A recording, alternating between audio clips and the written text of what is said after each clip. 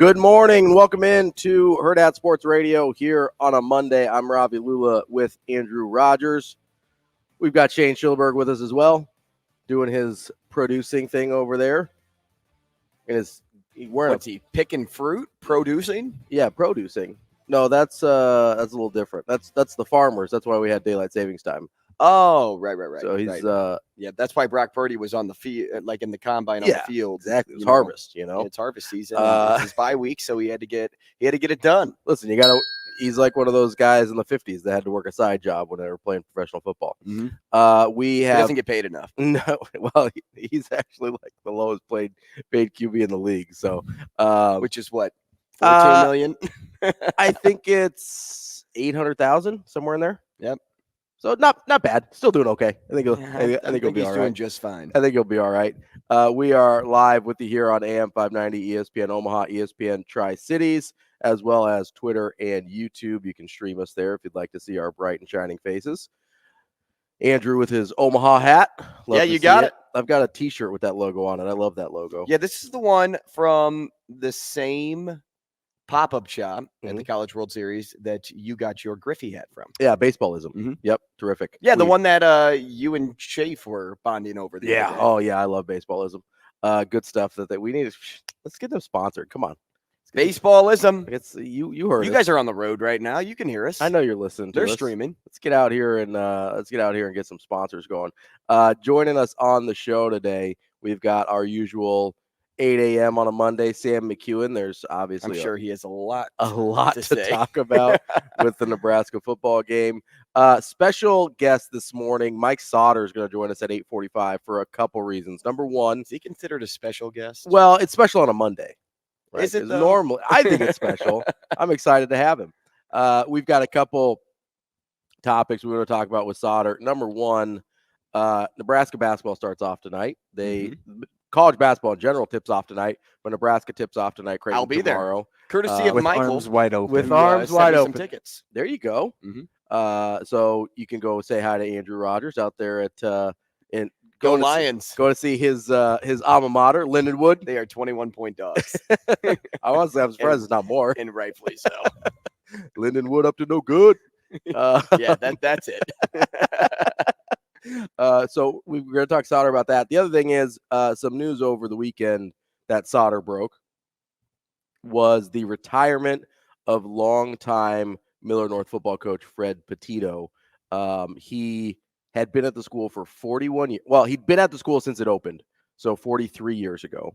Is that a long time? It is a very long time. He is the only – they had a different head coach for a year or two, and he has been the head coach since then. So basically the only head coach that school has ever known is Fred Petito for the last 41 years, 279 wins, 5 state titles. One of the best. Is that good? That's pretty good. One of the best to ever do it at the high school level here in Nebraska. So we'll talk to Sauter about kind of Petito's legacy as well as what he thinks is next for Miller North. That's, I think a really good job.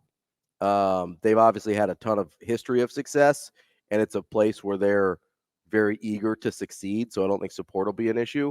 So I'm curious to see what the field of candidates is going to look like for that job, because I think it's one of the better jobs to come open since Westside did a couple years ago, and Lamanji took over. So that'll be really interesting. Yeah, the high school coaching carousel is always it always sparks my curiosity. Well, I wonder like how similar it is to a different coaching job at a different level, or if it's as simple as, oh, well, you're at the school right now, so you'll work, or, oh, you were a successful DC or OC at a different school. Like, is that how that goes? I mean, I think at a school like Miller North, I expect it to be mostly current head coaches applying for that job.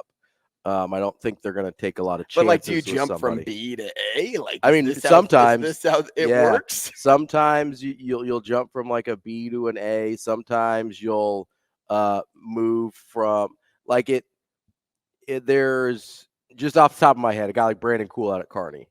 You know, if he wants to move to Omaha, like if he wants his family to be in Omaha as opposed to Kearney, if he wants to, be in a situation where it's easier to succeed more consistently.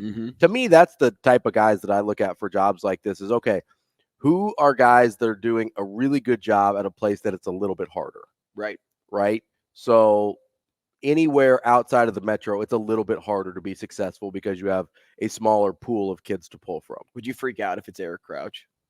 I mean, I don't think he has any interest in coaching, but we love EC. EC's great, but I don't think I don't think he's ever coached at any level, any like real level. He might have done like some youth stuff, but I'm sure people would be okay with it though. I think they'd figure it out. But there's, you look at a guy like,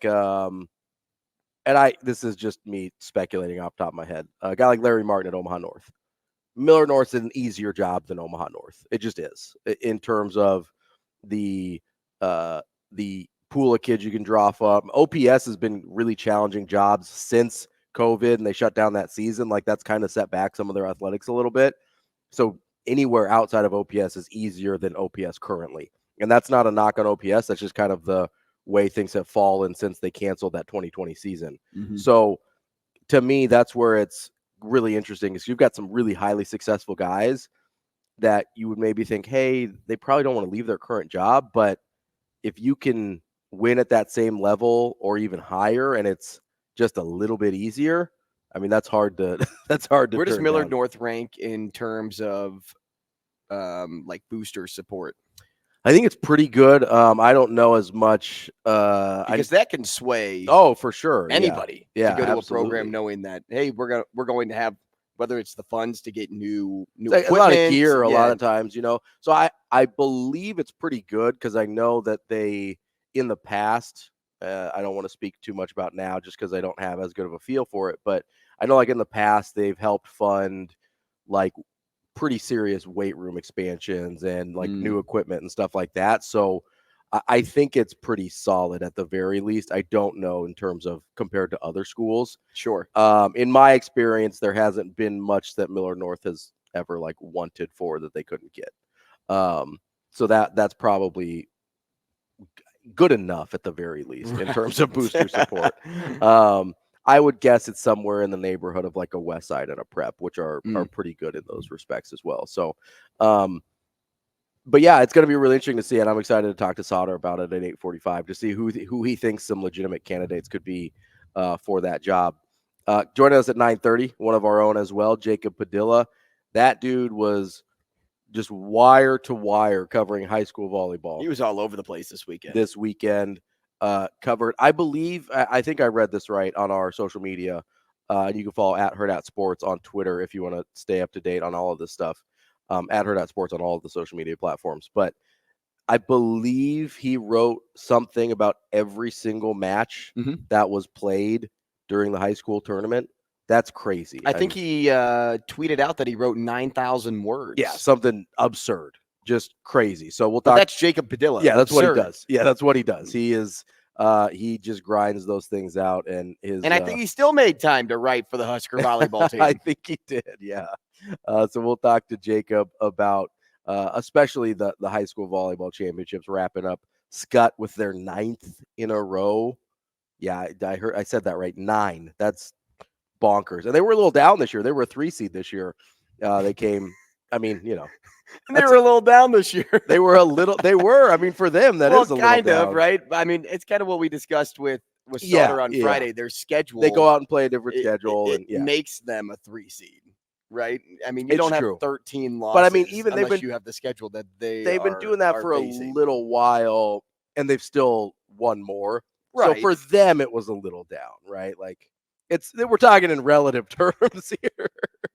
When you're winning 9 state titles in a row, a little down is like, I don't know what down is. I said a little, just a tiny bit.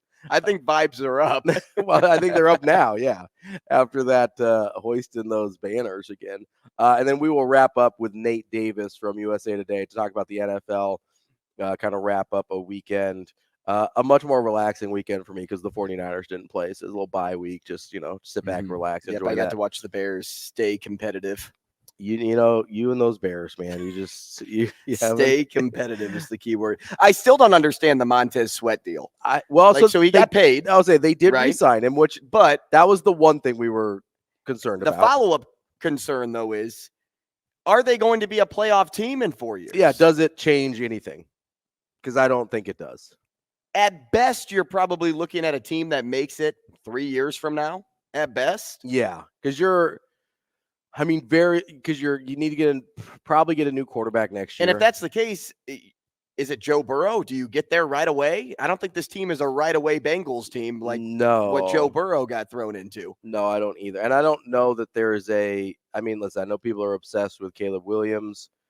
Joe Burrow is just kind of a different cat. Like there's a reason I'm obsessed with that dude. Like when people say they're built different, like Joe Burrow's actually built different. Well, Joe Burrow doesn't have any emotion. That's what I mean. Like he's mentally built differently than just about anybody else in the league. And he's kind of got that Joe Montana thing where like Joe Montana's pointing out John Candy at the Super Bowl as they're about to go like make a game-winning drive, right? It doesn't even faze him what the situation is. I think there's this story about this middle school basketball coach. It's like, yeah, he's either going to be an elite athlete or a psychopath. Like those are the only two options for this guy. And luckily he became an elite athlete, so we don't have to worry about it. But we don't know the other one. Well, yet. for now. But I don't see one of those guys in this class. Like I don't look at Caleb Williams and say like, oh man, he's that guy. Caleb Williams, Drake May. Yeah, like I don't know that there's any of those dudes that I look at and put in that category. So elevating the Bears to a playoff is probably at least 2 more years away. So you have Sweat on a $98 million contract for 4 years. For 4 years time, but 2 years of playoff time at best. Yeah, max. Yeah. It's a weird move. Things kind of. Well, we talked about this. It shocks me. The like the windows, right? Like you're a big baseball fan, right? And so they try and line up their prospect windows so everybody that they like kind of comes to the majors at the same time. So they have kind of your 6-year runway of like contract control, right? So that you can try and build a winner. This is a lot of teams do the same type of concept, and the Bears are like, nah, we're not going to be good for a minute, but let's spend $100 million on a DN that does it. Like he's a good DN, but he doesn't move the needle like that. I mean, it's not one of the Bosas. Well, I mean, Sweat's really good. He's really good, but how many wins does he get you a year? I don't know his wins above replacement. That's what. What's his VORP? I was a big VORP guy back in the day. Were you? Yeah. Oh, value over replacement player. Loved VORP. Give me a little Chase Young action instead. How about that? Yeah, it's the age difference as much as anything for me, right? Like he makes more sense for the Bears, and Sweat probably makes more sense for the Niners. But here we are.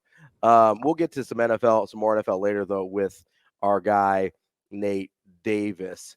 I know you had a busy weekend too. Really busy weekend. You were out with Omaha hockey.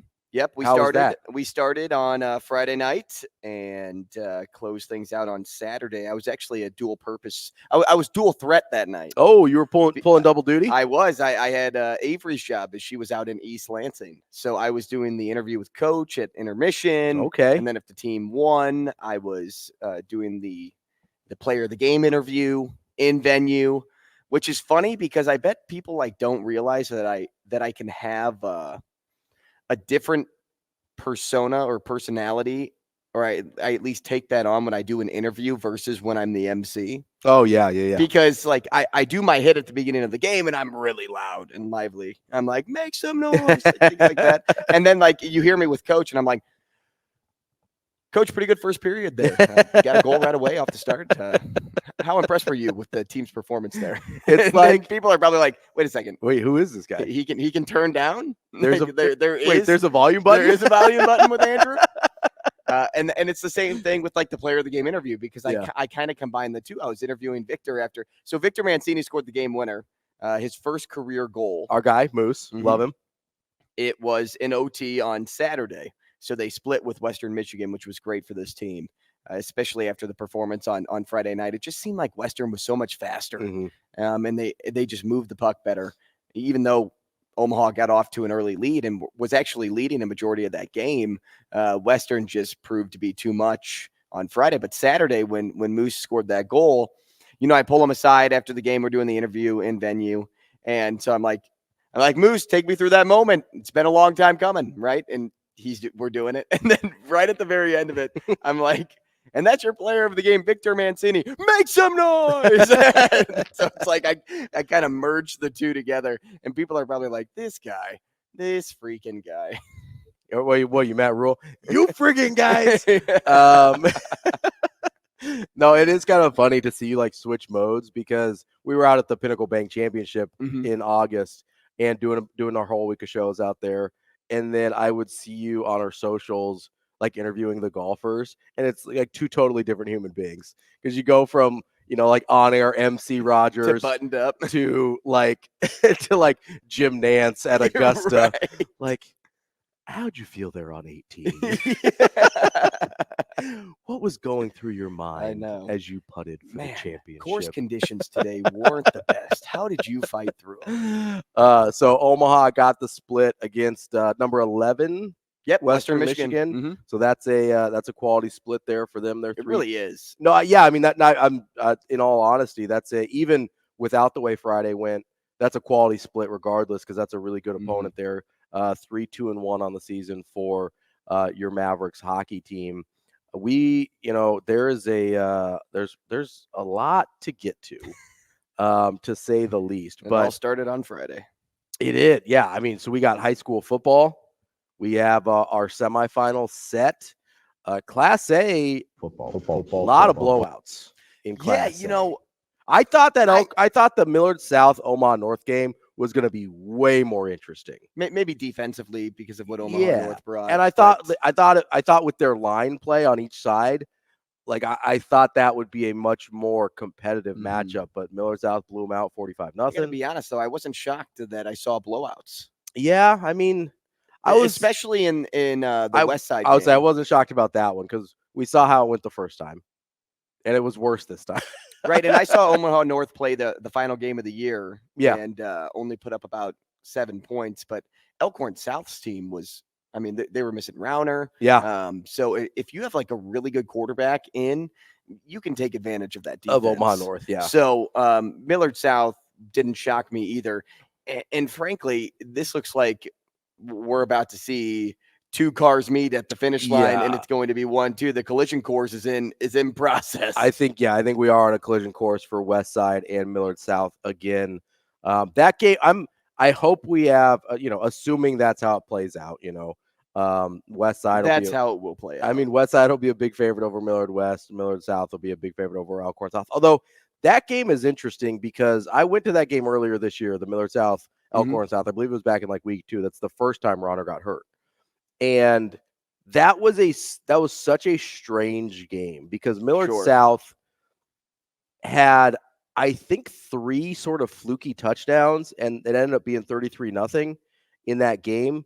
But it was 23-0 at halftime, and they had 2 pick sixes and one of the strangest chunk plays that you'll ever see. There was their running back kind of rolled over the top of a pile and nobody realized what was happening, and he was off to the races. So their scoring in the first half, like 21 of their 23 points were very strange. And then Rauner's out, and all of a sudden, it ends up being 33-0. But I'll be really interested to see what that looks like with Millard South and Elkhorn South, because I think there's a chance. And listen, I think Millard South probably ends up winning that, but I think there's a chance with, Ashton Murphy for Elkhorn South and their linemen that they can get it into a fight up front and make it interesting. Now, again, I thought the same thing about Omaha North when we saw what happened, but because of how fluky that first game was, I'm really interested to see what it looks like against Millard South on Friday. I just think it's inevitable that 1 and 2 will find their way into the state final game. I do too. I would like to see something a little bit interesting on the way there. But I don't think those teams do. No, those teams are like, I'm good with winning like 49-0. Let's just keep this train rolling. Yeah. So we've got the semifinals on Friday, and then the following Tuesday. So you get an 11-day break between semifinals and finals. But it does look like we are on a collision course for West Side Millard South rematch. That was a weird game. The first time it went out, the weather was brutal. The first really cold Friday night that we had. But that was pretty competitive early on. Well, so it was like competitive in the middle. So West Side went up 17-0.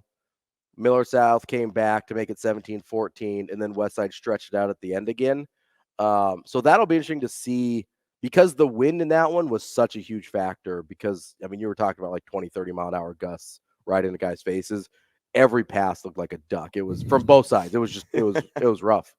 And so, and there was a dramatic advantage going one way versus the other, obviously. So that'll be really interesting to see if the weather conditions are better in the state final, which, you hope they are, what that'll look like with the weather not being such a limiting factor. But yeah, the Class A looks like we're on a collision course. Class B, we did have some more competitive games. You had Bennington squeak by Norris 23-20. I said that game was going to be close. You did. That was a good call. I wasn't so sure, but man, I actually thought it was going to be more high scoring than it ended up being. Yeah. But I thought the game was going to be very close, and it ended up being that way. But when we were talking to Sauter on Friday, he made me sound crazy to say that. Am I taking crazy pills here? Another super close one. Scott snuck out a win against Blair 30-28. I think Scott was down big in that one too. If I was trying to follow along the scores, I wasn't able to watch them all simultaneously. Unfortunately, there's no like high school playoff red zone. That was a burner though. I think they were down pretty big. I'll have to check with my people. And by people I mean Sauter. To see what that one was like. But I think Scott was down pretty big in that one. Elkhorn North and Waverly advance as well. So semifinal set in Nebraska, well, in all Nebraska's classes, but those are the two biggest there. And we will got another exciting week of high school playoffs. As I mentioned earlier, we just wrapped up the high school volleyball state championships. We'll talk to Jacob Padilla about that a little bit later. But coming up next, need to jump into Nebraska football a little bit, because we have to? I think we do. I've got some thoughts on how things went down. That's all coming up next here on Hurrdat Sports Radio. Welcome back to Hurrdat Sports Radio. I'm Ravi Lulla with Andrew Rogers. We are brought to you by our friends at Dingman's Collision Center. Dingman's has 4 great Omaha area locations. Family owned and operated for 25 years. Best of Omaha. For 18 years running. They have all the latest technologies to work on any make and model that you have. And they are giving back to the community with every car repaired. That's part of the reason we love them so much over at Dingman's. Make sure you check it out at dingmans.com for information not only on all their services, but on their give back program as well. Andrew, I wanted to get into this Nebraska game a little bit. Obviously, Nebraska coming off a 2017 loss to Michigan State. I think what we realized, one of the things we realized there, and I think Coach Rule kind of mentioned it as well, is the defense doesn't have a lot of margin for error. Because I didn't think they played poorly, but they did play just slightly worse than they had been playing, especially in the secondary. And that's pretty much what cost Nebraska. Outside of the obvious turnovers for the offense, right? But I mean things that were different from the 3-game winning streak. Because the offense, and you mentioned, and we'll get into the play calling pass attempts thing in a minute here, but you mentioned the offense didn't really look that much different. And you're not entirely wrong, right? Like there's a lot of similarities in terms of the overall effectiveness of the offense, right? And the difference was the defense gave up a couple chunk plays in the passing game, and that was pretty much the game. They gave up, I think, a couple 40-yarders and a 30-yarder, and that was enough in a game like this to make the difference. As you kind of watch this and are processing it, did you see a reason why the defense was playing a little bit worse, or was it just kind of, hey, maybe they weren't totally locked in today? I think Michigan State did a really good job of play calling, and mixing in some trick plays, because the trick plays that they mixed in seemed to work and throw off the defense a little bit. So I thought Michigan State had good control when they were on offense. But you're right. I think we saw what the result will look like when the defense doesn't play at an elite level. Nebraska's offense, to me, didn't look any different, or any worse, rather, than they've looked all season, but there's a willingness to limit the negativity or the outside noise when the team is winning. Mm-hmm. I mean, things begin to pop up more when the team doesn't end with a W in that column. I mean, the mistakes you were once willing to look over or give a slap on the wrist turned into, well, he's not a good passer. Right? When talking about Harburg, before it was like, well, the team's winning. Yeah. We addressed that some of the balls don't look great, but the team's still winning. But when you lose, when the team loses, it becomes he's not a good passer. And that reaction is 100% warranted. Harburg looked extremely rough. Yeah. A lot of those balls, there were some overthrown. There was one that was completely off target that ended up in an INT. Now, some may look at that and be like, oh, it was just like a punt. But dude was wide open. Alex Bullock was wide open. Yeah. And you can't miss that throw. One thing when you're throwing something into kind of a jump ball scenario and you're like, if my guy comes down with it, awesome. If their guy comes down with it, it's an arm punt, right? This was not that. This was, hey, I have Alex Bullock wide open on the outside. Streak to the corner of the end zone. Yeah, you need to throw that to the outside shoulder, toward the sideline, toward that back pylon, and instead it ends up basically on the opposite hash, directly to the Michigan State guy. So, yeah, arm punts are okay in some scenarios. That was not one of them. This season hasn't shown anything that would make us think anything different, though, that Harburg is rough when it comes to passing the football. Even in a couple of games prior to when he led off with a couple of interceptions in the first quarter. Yeah, the first you overthrow Fedoni. Yeah. And there you go. You put your team, you put your defense with their back against the wall and hope that they'll play elite so that they stop or 6 points and just hold them to 3. Or, if they block a field goal and there they go down the other way and you end up getting 6 points out of it. But, that's just the world Nebraska's in right now. It's no longer Lucas Oil. It's no longer Indy. It's get to 6. Yeah, absolutely. That's it. Yeah. It's just get to 6. Is there a scenario where, hey, the Big Ten championship is in the window? Like, yeah, it's way far now. But get bowl eligibility. All you need to do right now is get to 6. Yeah. And look, this team isn't good enough right now to be anything more. And that's okay. That really is okay. They don't have to be. They're building for the future. Yeah, a bowl game is a huge win this year. Huge win. They're not win now. They're not Big Ten win now. No. Coming into the season, if they got to a bowl game, people would be over the moon. And I still will be. Frank, I'll still be thrilled. So because they're building for the future, I mean, I think we can officially say that the starting quarterback job is now a mystery moving forward. Oh, without a doubt. Yeah. It's unknown what direction Nebraska wants to go to get to that 6-win marks. I mean, I've seen the question circling in weeks leading up to this. Is Harburg going to be the starting quarterback next season? Like, can you instantly slot him in? No. The unanimous answer now is no. Absolutely. I don't think I would have been so quick to say no until this point. That I was leaning no. Yeah. But I wouldn't have said, because if Harburg wins out with this team, even though it didn't say the defense was elite the whole way and Nebraska made it to the Big Ten championship game, it would be hard for me to say this guy wouldn't be the guy that I would say, hey, is projected to be the starter next year. Not that Coach Rule isn't all about, hey, compete for the position. Yeah, he's not giving things away, but if you win, how many games? It would have been 9 if they had won 9 of 10 or 8 of 9. He would have won. Yeah, basically. Yeah. So if that's what happened, it would be hard for me to say Harburg wouldn't be the guy for sure.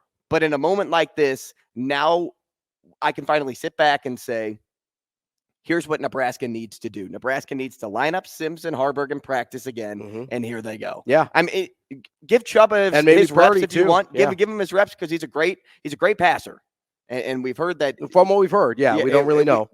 And we've heard, and I trust what I hear. I do too, right? yeah. So, but if this is me at this point, I think it's time to bring Jeff Sims back, give him a chance again. Yeah, so there's a couple things there with Harburg. And you're right. We overlooked some things. I think people were aware that he wasn't throwing the ball well, but I think it was more of a, hey, as long as they keep winning, I can live with it. So I don't know that it was ignoring his fault so much as, you're kind of tied to this guy for a while, right? And you say, hey, I can live with it as long as the W's keep coming. But I've had a really hard time trying to figure out if he was actually worse passing on Saturday or if because of the number of pass attempts, it just was more obvious to us because of how it kind of showed a magnifying glass on his flaws passing, right? Because there were, if my math here is correct, he had 28 pass attempts, but he got sacked 7 times. So that's 35 called passes versus 34 called runs. First of all, that ratio should never be more pass than run for this Nebraska team. That's a hard no for me. Well, and you have to remember, though, Michigan State was the worst passing defense in the Big Ten. Yeah, I don't care. But the caveat to that, whenever they played the worst run defense in the Big Ten, which was Northwestern, they still threw the ball a ton. Yeah, they still threw it more than they did against some other opponents. So to me, I don't care if it's the worst pass defense in the Big Ten. You're one of the worst pass offenses in the Big Ten. You have to be, I say this all the time, you have to be competent at something in order to take advantage of someone else's weakness in that area. Nebraska's not really competent as a passing team. So you can't take advantage. Like, they don't really have the weapons to be a passing Well, team. that's what I mean. Yeah, it's not just any one individual guy's fault. You're missing your top 4 wide receivers. You're missing 3 offensive linemen. You are on a backup quarterback. Whether the starter is better or not, we don't really know at this point. But you are on a backup quarterback. You don't have the tools, like you said, to be competent in the passing game. And so to go out there and be like, oh, we can take advantage of this worst pass defense in the Big Ten, to me was a mistake. I've been consistent. That number of throws that I want from Harburg is 12 to 15, and he topped that each half. Yeah, just at this rate, you'll get a quarterback competition this week. I think you more should. than likely, Harburg will be the starter come Saturday. But if mistakes happen like they did, I've seen Matt Rule pull the trigger before, and he's not afraid to do it again. There has to be a self-awareness on the coaching staff to say, like, hey, maybe Sims isn't better, maybe Purdy's not better, but we can't keep throwing this guy out there to look like he has. Coming up next, we'll talk more of that Nebraska quarterback spot here on Hurrdat Sports Radio. Wrapping up hour number 1 here on Hurrdat Sports Radio on AM 590 ESPN Omaha and ESPN Tri-Cities. I'm Ravi Lulla. Andrew Rogers here with me as well. And we're chatting a little bit about Nebraska football, as you can imagine. That we are. Surprise, surprise. He definitely is fast. Like on that play-by-play cut, he started the run, and next thing you know, it was done. It's weird, though, because he is fast once he gets going, but there were a bunch of those sacks where, I don't know if it was indecision, but it seemed like he had a really hard time, like, getting the wheels moving. So I don't know if it was just his kind of acceleration wasn't there or if he was trying to decide what to do. But there were some times like he genuinely looked almost immobile in the backfield. Yeah, when he gets into the open field, he can fly. Yeah, his top end speed is very good, but I do think it takes him a while to get there. But also, I want to give him the benefit of the doubt as well. When you're maneuvering tacklers, you're trying to figure out where the hole is. I think that's where that indecision comes in that you're referring to. And I don't think he's the most elusive, like, laterally. So it's probably not his strong. Well, we've seen that. We've seen that his lateral movement isn't top tier. I was trying to be gracious there a little bit because I wasn't super gracious on Saturday, but that's okay. Were you gracious toward the officiating? No, I wasn't. And we can get into that and listen, Nebraska probably did not play good enough to win that football game. I want to say that first and foremost before we start talking about officiating. But that doesn't mean that the officiating was good, and it doesn't mean that the officiating might not have cost them, because there were several calls. First and foremost, let's talk about the touchdown where the entire ball was touching the ground.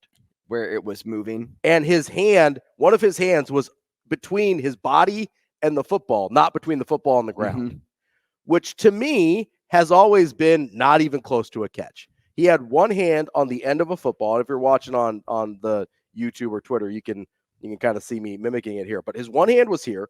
The other hand was on the end of the football. And if this is the ground, it was nose down. If this was the ground, this entire portion of the football was on the ground, which in the history of football has never been a catch. And not only was it a catch, they reviewed it and they're like, yep, still a catch. Well, and what's worse is you have Dean Blandino on the call getting brought in, not a catch, saying that it's an incomplete pass.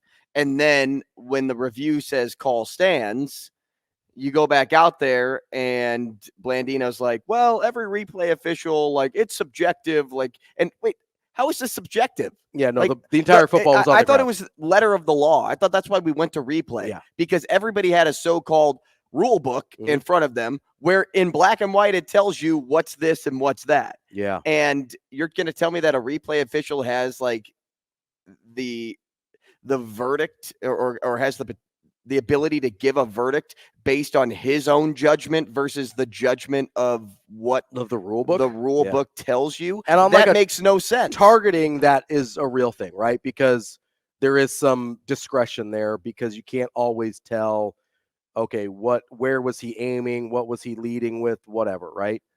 But they've been pretty strict on catches. And literally the entire bottom half of the football was on the ground. He did not have control of that ball because it was impossible where his hands were to have control of that ball. So that was number one. That was the most egregious, I thought. The second most egregious was probably the face mask. Oh, see, I thought it was going to be the Coleman PI or the non-PI call. So that one was bad, but yeah, there's a lot of them. The reason that one was so egregious to me, and it's not just that Nebraska would have gotten a 15-yard gain. You're moving the ball down the field. It's the fact that a defensive player jumps into the offensive player. Yeah, he looked like he was, before the ball even got there. He looked as like he Coleman's making his route. Yeah, he looked like he was going to make the hit as if Coleman had already gone for the ball. If you put that in basketball terms, if Ravi does a pump fake and I bite on the pump fake and I jump into Ravi because I bit on the pump fake, that is what? A foul. That's a foul. The only question is, in that scenario, did I go up for another shot and I get the shots, or is it a possession foul? But it's definitely a foul. It's a foul. Definitely a foul. I jumped into you. Yes. It's the same thing if I plow you over when you're waiting for a rebound and I come in and shove you. Yes. So that I can get to the ball first. That's exactly what happened in this moment. And there was no call. There was no nothing. Nothing. And it was definitely catchable because that ball was barely past them. I mean, Rule was irate, and rightfully so. Absolutely. Rightfully so. That was over the top. The one that was like, okay, like, you miss a face mask. Like, I know you said it was right in front of the official. It was like, right in front of the official, and it's the head turn for me because listen, a lot of times you'll like graze a face mask, whatever. And that's exactly what the ref says. He goes, hey, he didn't grab it. But it's literally Harburg's head turned. So that one's really bad. The PI was really bad. The PI to me is just what's worse because, okay, forgive me because I'm thinking back to the Harburg play. Was he still holding on to the ball at the time? Did he get sacked on that play? I think he got sacked, yeah, but he had the ball at the time. So then these kind of go hand in hand then. The reason I say that is because where are your eyes looking if you're an official? Like that back official's looking at the quarterback. He's making sure that there isn't a roughing the passer call. He's making sure that it's his entire job to make sure there's not a penalty against the quarterback. And maybe he was looking downfield because he thought, Harburg was going to do something, and he looked too early, whatever. But on a ball that's thrown deep into what we'll call it double coverage. Yeah. And everybody's eyes are on those three players, everybody on the field. And that doesn't get called. That's why it's so egregious in my mind. We talk about all these penalties, though. Did Nebraska lose the game because officiating was poor? No. Was it a piece of it? Yes. Yeah. Absolutely. Both of those things can be true at the same time. Like they absolutely can. But there was so much more that goes into the loss for Nebraska than the officiating. But they were hindered. Yeah. Moving the football and because of officiating. We have to get into the last drive with the play clock as well. And because, first of all, they throw that ball to Malachi Coleman. That was a first down. Like the pass to Coleman was a first down. I saw it on replay. Like it was by like a solid yard. The yellow line is not perfect when you watch on TV. No, but if you look where the stakes are, it was an absolute first down. By I think about a yard. Like it was not particularly close. They mark it back 2 yards. You lose and the clock, 19 seconds or whatever. Yeah, the clock keeps running, right? So that's number one, huge problem. Number two, you've got the fumble from Harburg, where I don't know if it was a fumble or not. I think it probably was, but you at least have to review that. You have to review a turnover or a potential turnover in the last 2 minutes of a game. Like in you have to review that. Again, Dean Blandino gets on the call and says it's an incomplete pass. Yeah, Blandino thought it was an incomplete pass. I thought it was pretty close. I really don't know. I thought it was a coin flip, at best. But to be that close and to not even look at it, to just assume, like, isn't that the reason we have replay? To make sure we get it right. Well, 100%. That Dean Blandino, and I'm going to read his quote because I have it right in front of us. It's an incomplete pass. By rule, the hand coming forward with control starts the forward pass motion. And that's a big play. And replay has to come in and stop the game because you make it incomplete. You put time back on the clock. It's a big play. He says it again. They should have stopped it. Yeah. And so you've got not only the fumble, which cost them basically the rest of the game because they have to run, get the play off with like a second left, and they barely even get the snap off. So that's a huge one. The Coleman first down, non-first down is a huge one. The clock operator and the officiating in that last drive. And listen, we've seen Nebraska's offense. Were they going to go down and score? Probably not. But you do have a kicker with a huge leg. You don't have to get all the way to the end zone. It's not crazy to think they could have gotten you could get to midfield and Rule would have tried it. Just give it a shot. Rule would have tried a field goal from way past 60. At least you get a Hail Mary attempt, right? Like at the very least. What would you feel more comfortable with? A kick from Alvano so say they're exactly at midfield. So he's kicking from 67 yards away. Or would you rather have Harburg throwing a Hail Mary? I'd go Hail Mary at midfield. No way. Yeah. If you give me to the 45 and give me a 62-yard attempt, yeah. No, you're kicking it with Alvano. Not at 67. To tie the game? Not from 67. We've seen him in warm-ups kick it from 70, 75, and most kickers with big legs can. I don't care if he misses by a mile. You put the pressure on that kid to tie the game because you know for a fact that kick would probably have a better chance of working out than the Hail Mary. For a fact. I'm not taking the 67-yarder. I'll go give me 62 and below. I'm in. You know how exciting that would be to watch a 67-yard field goal to tie the game? You would much rather see that than the Hail Mary because you would be more ecstatic for that ball to go through the uprights than you would watching Harburg's pass either sail or go short. No, I'm not taking a 67-yarder from just about anybody not named Justin Tucker. Like, I'm just not. He is Justin Tucker. He's the next JT. I know you've said that, but that 55-yarder that he kicked didn't look like it had 12 more on it. He's got about 12 more legs than we do. He can kick it from 67. I mean, I'll wait and see there until we get past. I mean, listen, I wanted to see it. I'd have taken a shot from 60 for sure. But so that's only what, the 43? You're telling me they couldn't have got to the 43 with an extra 30 or 40 seconds that were robbed of them on those plays? Oh, I'm sure. Well, they wouldn't have been so pressed for time at that point. That's what I mean. Like yeah, the pressure was on. You could have done a bunch of different things to try and get that done. And that to me is, again, would Nebraska have won the game? I don't know. Probably not still. Would they have at least been given an opportunity by the correct rulings on the field? Yes. And that's all I'm really asking for. I'm not saying it changes the outcome. I'm saying it changes the opportunity. And that's all I'm interested in. There were some truly terrible calls in that game. Nebraska might have still lost, but it sucks that we have to have the conversation. It's still the touchdown bothers me the most. Well, that made it a 10-point game. Yeah, I just also the football's on the ground. I don't know how you make that call with replay with the football on the ground. I just don't know how you do it. Coming up next, we've got Sam McKewon from the Omaha World-Herald. I'm sure he's got thoughts on the Nebraska game as well. Coming up next on Hurrdat Sports Radio.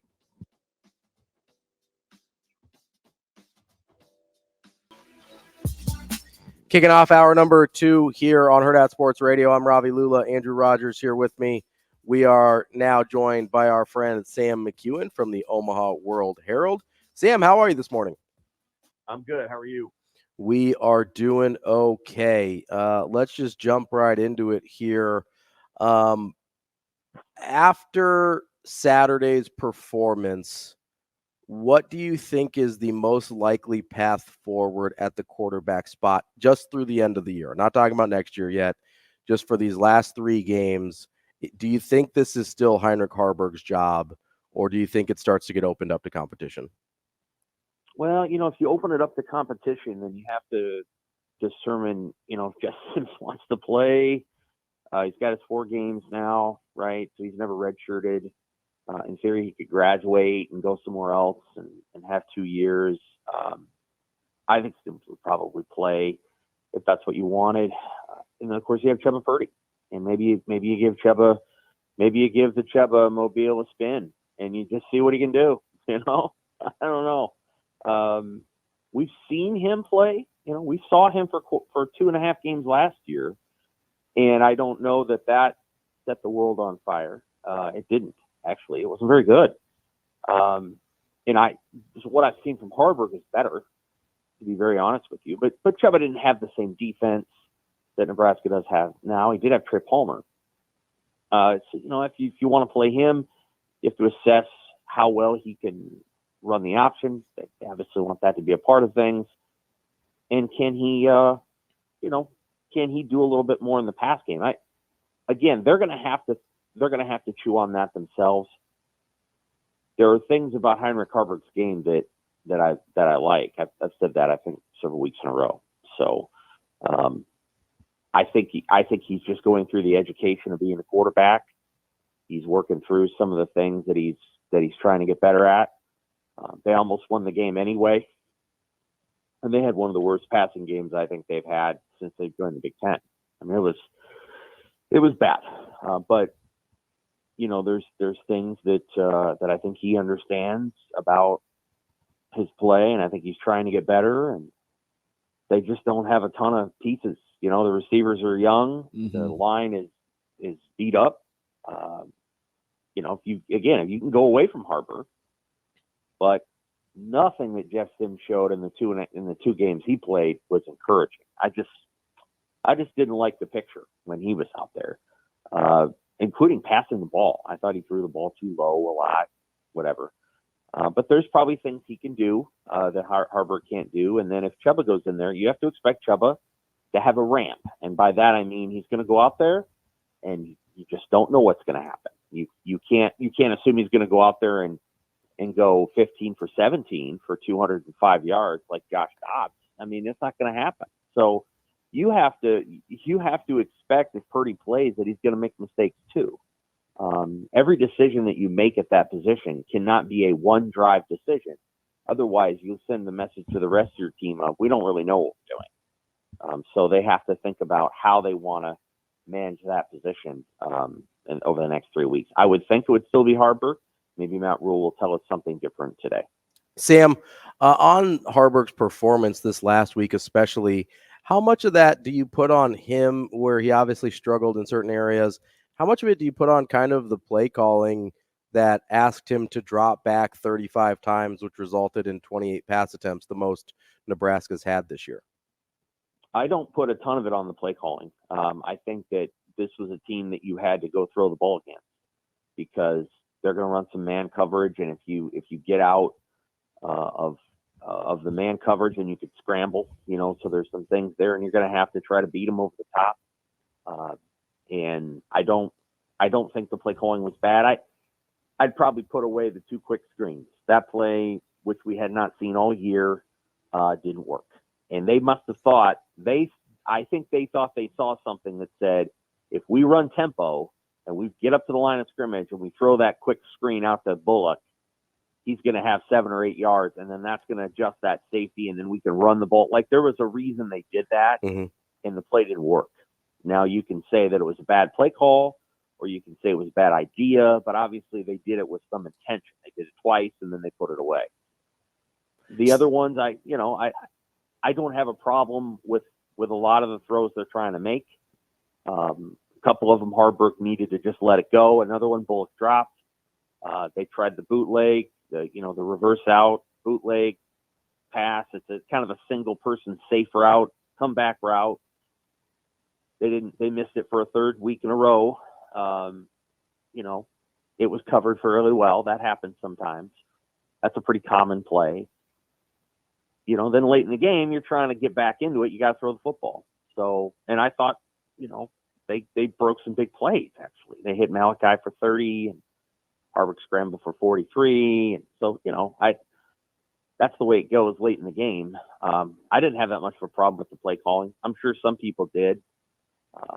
You can argue that they should have run the ball more, but they didn't control the game. They they weren't really in control of the football game. So just running the ball to run the ball can be hard. And the other thing I'll say, Ravi, that virtually nobody mentioned, I think my game story mentioned it, but the difference in the punting was huge. Huge. Yeah. I mean, Buschini did not have a good day, and Nebraska's strategy of putting a guy back there who could not return punts to fair catch punts was, did not work. No. It was a No. 14-yard difference. 14-yard difference, and that is a lot of yardage. That's not easy. Fair caught. I mean, and kept Fair caught a punt at the 5. And another one inside the 10. Shouldn't have been there. Yeah. So, that was another 15 yards that they lost. They really, really struggle with that part of the game, and they're just going to have to work on it. They put Ethan Nation back at the end, and I thought that was a good move. I mean, that's a position that a freshman can handle if they can field the punt. Strategy backfired it. So there were a lot of things on Saturday that didn't go well. And Rule was right about the defense. Like, the defense did not come out in its usual edgy way. They got 2 coverage busts on the first drive, and they were coverage busts. And, that led to a field goal. It just never felt right. And he was right about that. Michigan State played a little harder and a little better, a little more under control, and Nebraska, was couldn't catch up. So I thought it was a 3-phase loss when I watched it, but other people focused very on Harburg, and that's fine. But he was hardly the only issue on Saturday. Sam, you mentioned not having a big problem with the play calling. What about with officiating? Because that was pretty sus at a number of moments in that game. Were you disappointed with how that played into it? Well, I think they missed the face mask. They didn't mean to miss the face mask, but they missed it. And the play at the end of the game. Now, here's what I would say. That's a weird deal at the end of the game, where it would have been better if Michigan State had recovered the fumble or the clock had run out. But it was very hard for Nebraska to make an appeal in that moment as the clock's running and they have to run a play. And it would take a super savvy moment to say, we're going to let the clock run out and challenge that fumble. Like, that's hard. What I will say is, it was an incomplete pass. 1, 2, it would be a fumble for many quarterbacks. And here's why. Most quarterbacks would start their motion where Harburg had the ball when he lost it. Harburg brings the motion and starts it low. And by the time the ball gets knocked out, his arm is going forward, but it is under his ear. His hand is. So a lot of quarterbacks will start there, and then they will go back, and then they will go forward. Harburg doesn't start there. He starts way back, almost back behind his shoulder pad. So his arm's going forward. That's an incomplete pass. But I can understand why referees would think empty hands, because that's where a lot of empty hands would be. You'd have to figure it out in review, and there was no time for a review because they already ran another play before anybody could look at the review. And so, that's the hard part about that moment, is you have to be watching the motion, not where the ball is. And Nebraska would have benefited from a recovery by Michigan State, which would have stopped the clock and would have triggered a review on a turnover or clock running out, which is what happened to Texas all those years ago, and they were able to review it as opposed to running another play. So that was a tough deal. I know there was something about pass interference and whatever. I mean, that happens all the time. Michigan State got whistled on a hold on an interception that was ticky. I mean, it wasn't ticky tack, but it was kind of beside the point.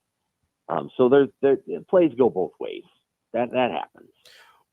What do you think about the touchdown? The touchdown that got called a catch, even though the ball was on the ground. Yeah, I would have probably overturned that review. I'm not exactly sure what they saw. We asked, and we were told that the Big Ten doesn't comment on judgment calls.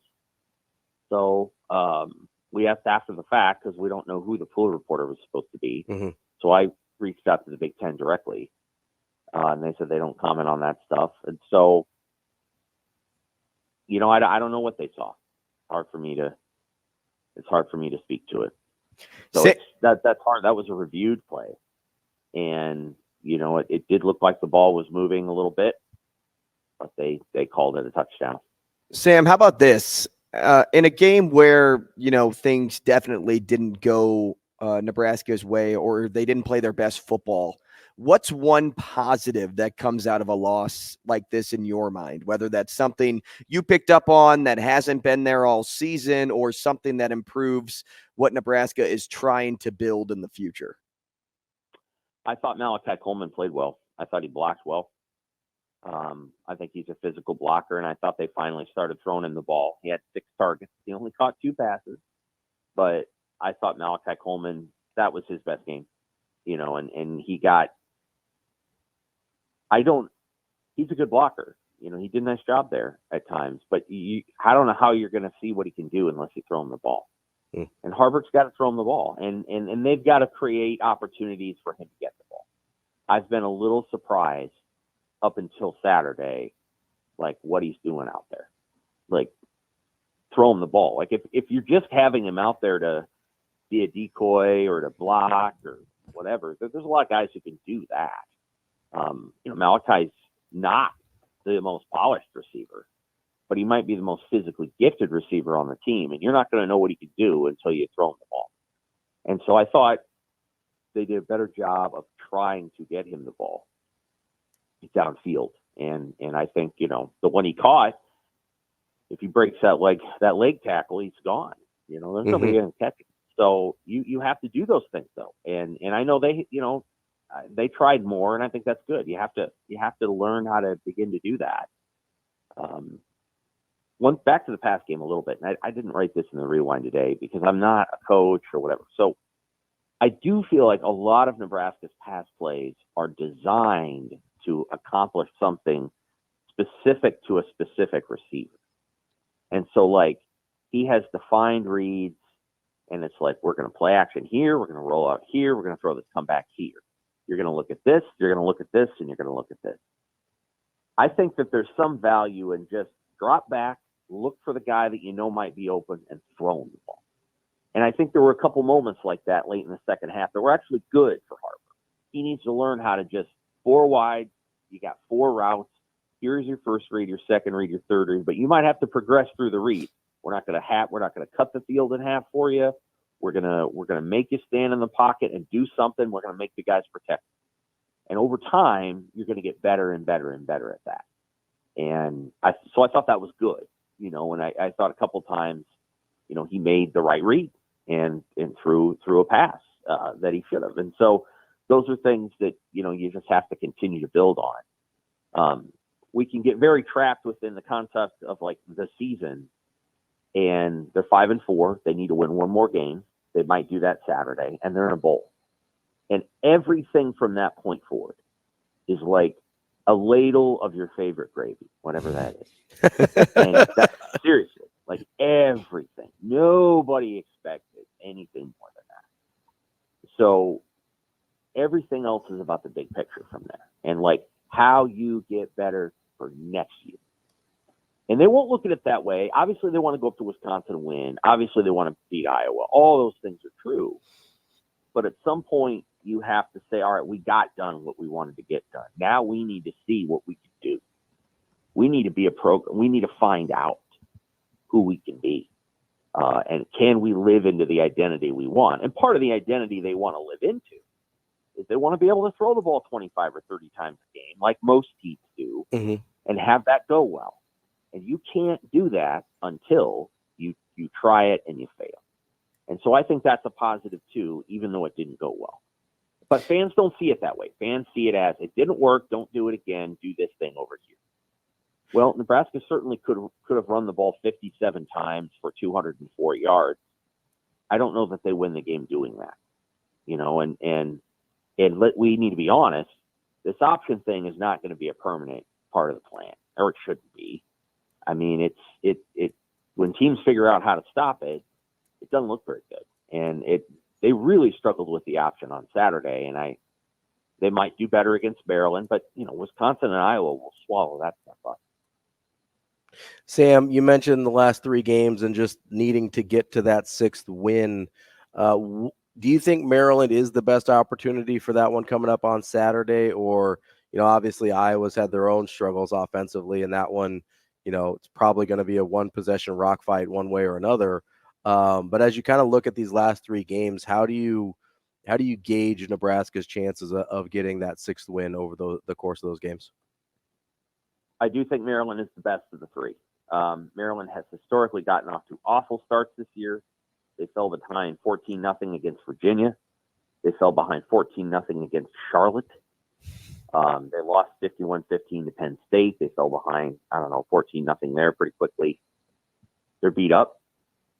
Penn State's a really physical team, probably more physical than even Ohio State this year anyway. Mm-hmm. So they're going to come in really knocked around, their defense especially. So, and they're terrible in November. Maryland is one of the worst teams in college football in November in the last 7 or 8 years. I think they've won 4 or 5 games. And Nebraska's not much better, mind you, but they've won more than that. And so, this weekend would be the game. You've got to be able to run the football. You've got to be able to, to hit a few passes, and then you've got to find a way to slow down a pretty good quarterback. You got to slow him down. You got to slow Tagovailoa down, and I'm sure they'll give it a good crack. Sam, Nebraska wasn't penalized Saturday for the first time in a game since 2005. What does that say about this group that had to battle adversity all day? I think it means that they're getting better at getting set. The motions and the shifts are working, and they're playing clean football before the snap. That's what it says, and that's good. That's good. You're not getting the little 5-yard penalties here and there, delays the game, or false starts, or little things like that. Obviously, that's going to happen most games, but that's good. You're not having a bevy of those kind of mistakes, substitution errors, things like that. The other thing is, this will sound sort of counterintuitive. It wouldn't have been the worst thing to have a couple penalties of aggression. I felt like Nebraska's aggression just wasn't quite what it was previous weeks. So you're going to get some of those penalties sometimes. Good teams get penalties of aggression, whether it's holding on defense or a late hit, stuff like that. That happens. And Nebraska will get those penalties. We'll incur those penalties again, I'm sure. So, but it's really encouraging for the pre-snap stuff and not, having any procedural penalties, because those are the ones that in theory you should never have. And the ones that you can most easily prevent. And for one day, they prevent it all, which is good news. Sam, with you kind of mentioned the lack of aggressive penalties. We talked about earlier the defense not really having that edge to it. The last time we saw that was against Michigan. They bounced back against Illinois and looked significantly better for a stretch of a few games there. How much different do you think it is going from, hey, the best opponent on your schedule, to Illinois and recapturing some of that edge there, versus going from Michigan State to probably a better team in Maryland? I mean, record-wise, certainly a better team in Maryland. How much different, or how much more challenging do you think it's going to be for the defense to recapture their edge as they head into a stretch against better teams, as opposed to what happened with Michigan into the Illinois Northwestern Purdue stretch? I think it depends on how healthy they are. I think the linebackers looked a step slow, quarter step slow. Secondary too. So, I don't know exactly what that is, but they just looked a quarter step slow. And I don't think that's because they weren't trying hard. I think they're beat up a little bit. Now that Buford's back, can he play safety? And Hartzog go back to corner opposite Newsom. And Newsom got beat on the stutter and go, but a lot of the day Tommy Hill struggled. I mean, he was trailing a lot of plays. And I think on the double pass, that was his bust, but hard to say. I don't think on the first big pass of the game, that was Tommy's mistake. He let that go, and I feel like he let that go because the safety was supposed to be there once that play went over the middle. But I don't know. We can ask Will about that stuff today. I don't know. I thought the linebackers played a quarter step slower than they have. And I think some of that was because, everybody's beat up. I mean, this is a grueling league physically. And it's grueling to play Power 5 football every single week. It's just, it's a real test of your will and all those other things. You have, I think, 3 undefeated teams that are group of 5 teams: Tulane, James Madison, and Liberty. If you put those teams in the Big Ten West, not only would they not be undefeated, but they'd probably be 5-4 or 4-5. That's how different the physical test is. And that's not to diminish group of 5 teams, but people may know that 4 teams just joined the Big 12: Houston, BYU, Cincinnati, and UCF. Do you know what their combined conference record is right now? No, off the top of my head, no. 5-19. Mm. And 2 of those wins are someone beating Cincinnati, which has not won a game in the league. That's the difference between the group of 5 and the Big 12, right? Physicality and those things. I don't think the Big Ten West would be all that different. And people, again, James Madison, great story, okay? Great story. They're doing what they're asked to do. And if they were in the Big Ten, they would recruit better players, et cetera, et cetera, et cetera. But people do not understand the physical toll that like playing Minnesota and Iowa and Nebraska and all that would take. And that's what that little snapshot in the Big 12 tells you, is that those teams were not equipped to go into the Big 12 and match up physically. How much harder would it be in the Big 10? It would be a lot harder. So people have to have an appreciation for what Nebraska is experiencing and what it has experienced in previous years. Sam McKewon from the Omaha World-Herald. Sam, we appreciate it. As always, we will talk to you next week.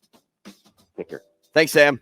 Sam McKewon from the Omaha World-Herald. Coming up next, time for Shane's World. Oh, no. Sound can only mean one thing. It's time for Shane's World. Shane's World is, we're going to have it brought to you by Warhorse Sportsbook and Casino this time. That's my type of We're world gambling right there. between 2 different beans. So we are gambling. We're taking a 50-50 shot here with the beans. Maybe But 50-50 for you. this is a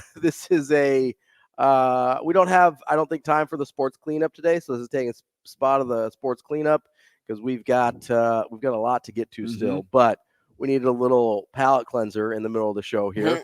Is this a palate cleanser, or we might need a palate cleanser from our palate cleanser? Yeah, I was gonna say. But we are brought to you by Warhorse Sportsbook. They are the best place in Nebraska to place your sports bets. You can do so at the casino in Lincoln or in Omaha at Horseman's Park at 6303 Q Street. That's right. You can place bets in Omaha at Horseman's Park now, which is sweet. Huge, huge for the city of Omaha. We love to see it. We love our friends over at Warhorse Sportsbook. They can take bets on pretty much every major sporting event. They have all different kinds of bets: straight bets, parlays, props, live in-game bets are all accepted. Visit warhorsecasino.com/sportsbook or get the Warhorse Casino app for details and full list of house rules. Remember, you have to go to either the casino in Lincoln or to Horseman's Park in Omaha to place your bets. Warhorse Sportsbook, no bets, no glory. And listen, our philosophy here is no beans, no glory on Shane's World. We got to get the jelly beans to get the glory, and we are taking some bets here on who gets the best. Spinning the beans. wheel. We're spinning the wheel. Which I was spinning during the break, and I'm like, man, this lands on Old Bandage and pomegranate a lot. Or, oh, wait, there's strawberry banana. The pomegranate's tasty. The pomegranate's good. I got to tell you, man, we have yet to have a strawberry banana smoothie one. Yeah. We've both gotten dead fish before. Yeah. Which you were not as gag reflex heavy as I was when I had. I was expecting it to be worse based on your reaction. I smelled your cup afterward last week. Yeah, and you gagged again. Yeah, it's disgusting. All right, so here's how the game works. Shane will get a prompt from Ravi and myself. We will bet on how many he can get right in 10 seconds. If Shane goes over the number that we claim party on to, the person who said party on has to eat a jelly bean, spin the wheel. But if Shane doesn't get to that number, Then the person who made the bet says Shane was going to get 5, and Ravi told me to party on, and Shane gets 4. Then I spin the wheel for a jelly bean. You have the timer set, 10 seconds. got Ready, the Shane? timer. Are you ready to go? 5 is kind of high. Let's do it. We're going to start with this one, Ravi. This prompt right here. Okay, hold on. Let me bring it up. How many can Shane get right in 10 seconds? All right, I have the information up. Mm-hmm. All right, go ahead whenever you're ready. Read the prompt. No, you gotta guess how many. Like, Oh, is he gonna yeah. get 3. Like, come on, party on, Shane. I guess, and you're not gonna get any. I'm gonna say 3. I'm gonna say party on. All right, Shane. I'm hoping he panics. In 10 seconds, This ain't no panic at the disco. more or less. Name as many college basketball teams in the preseason top 25. Go. Kansas, North Carolina, Maryland, Michigan, Ohio State. We have 3 there, I believe. All right. Do so- we? hold on. I think he got 2. He got Kansas and he got UNC. Maryland, Michigan, and Ohio State are not top 25 teams. I thought Michigan was in there. Yeah, so did No. I thought I saw that yesterday. I stopped it early. No. Shoot. I stopped it early because I thought Michigan was in there. I'm like, I don't think so. Shoot. Shane, you realize Creighton is top 10, right? I know. You can't hit me with a Creighton there, Shano.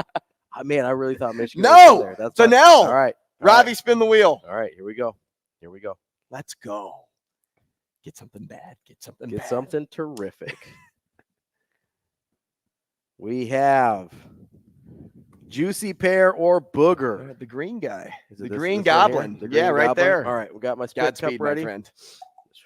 Not even Catholic. It's okay. Again, did the sign of the cross the I wrong way. always do. All right, here we go. Come on. Give him Booger. I want to know how bad Booger tastes. Juicy Pear. This is ridiculous. See?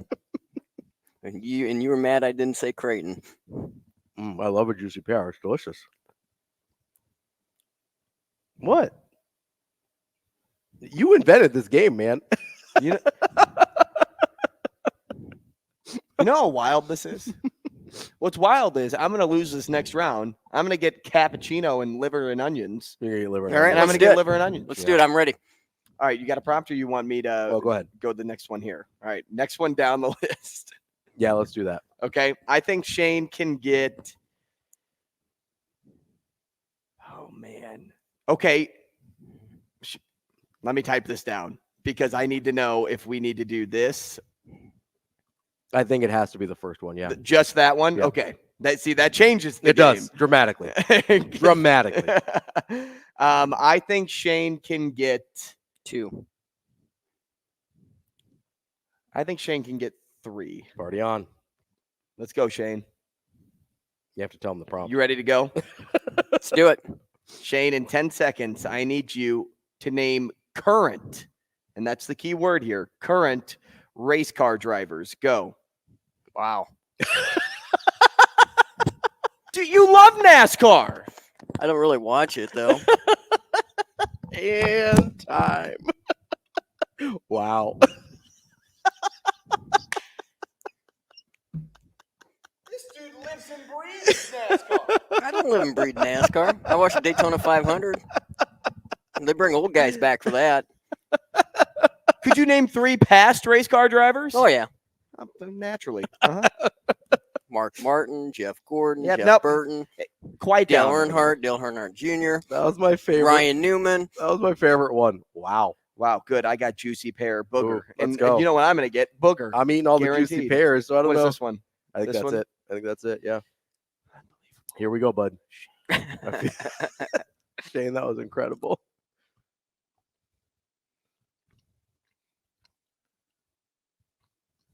It tastes like pear. I think you got juicy pear. I think it's a pear. Wow, All right. Look at that. Look at that. Back-to-back pears. We love a juicy pear. I don't hate Shane as much on anymore. Hurrdat Sports Tony Radio. Stewart. I mean, I can Shane, go on forever. knock it off. All right. This is unbelievable. Let's do one more. Prompt number 3. Okay. Oh, geez. Mountain Dew flavors. No, not again. Yeah, Mountain Dew flavors. Shane, I believe you can name 3. I think Shane can name 4. Party on. Is it NASCAR drivers again? Come on, Shane. This is past NASCAR drivers. All right. In 10 seconds, Shane, name 4. at least 4. I would go over. I'd prefer fewer. Go over. Football teams in the NFC. Go. Philadelphia, Dallas, New York, Atlanta, New Orleans, San Francisco. Keep going. Keep going. Yeah, that's all I needed. Keep going. You're at 6. Yeah. Last time, though, when we asked for 3 and you named 5 and only got 2, and only 2 that's why I need you to go over. No, those were baby, Shane. Well, that was all easy. right.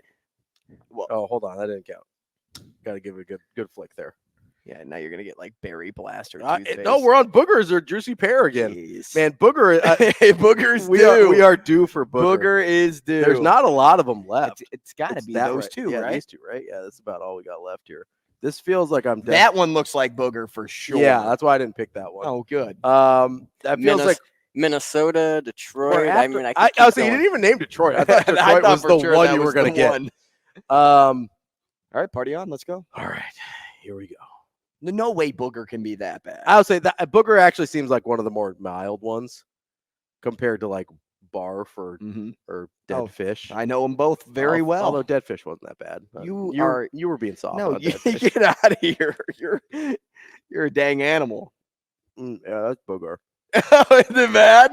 It's not good. What does it taste like? It doesn't. I mean, I haven't had a booger since I was a child, but compare it to something. It's it, on your beard. That's so gross. Yeah, it kind of tasted like vegetables. Kind of tasted like like poorly cooked, like boiled vegetables. It almost tasted like onions. There's like a slight onion aftertaste to it there. Hey, I'm just happy I had one good one today.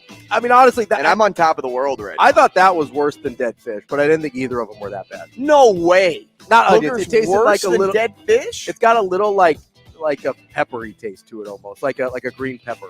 It was weird. Is there one that has a green pepper? That might not have been Booger. No, there is not. Coming up next, we're going to talk to our guy, Mike Sauter. He's got high school football. He's got Nebraska basketball covered right here on Hurrdat Sports Radio. We will be back.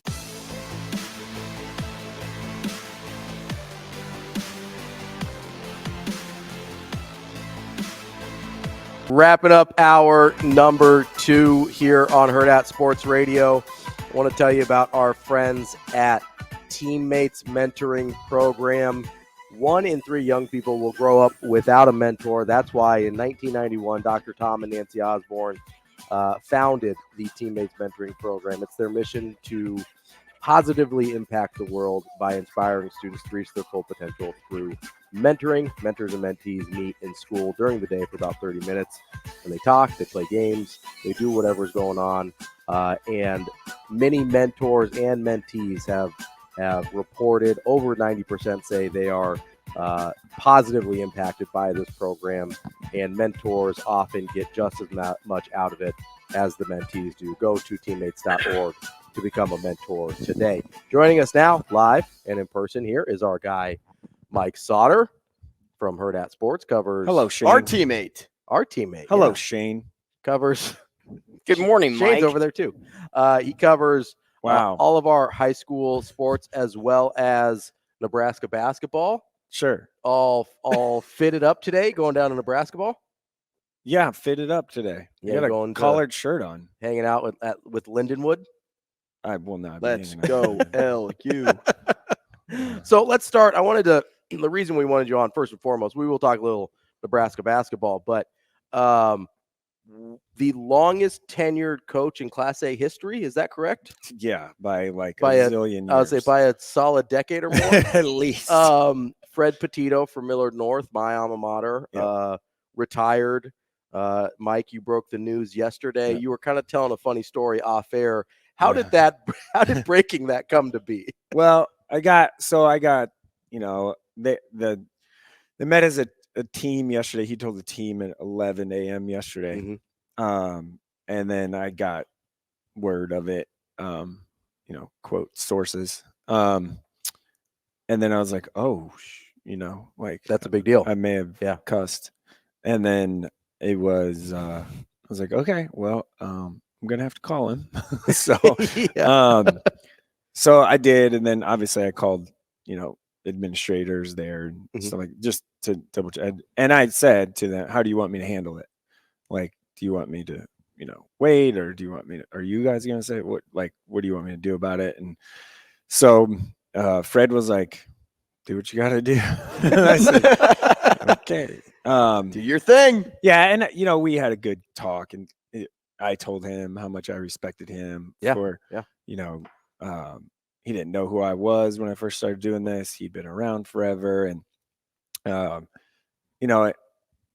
remember the first time ever meeting him was after a game, and it's intimidating. I was like, he's not a big guy, but he is intimidating. Yeah, but he's actually not. Well, he seems intimidating. Yeah, you just are a little okay. Very kind-hearted. Yeah, no question. And so I told him how much I respected him and stuff, and I said, I know you're not dying, so I'll see you around.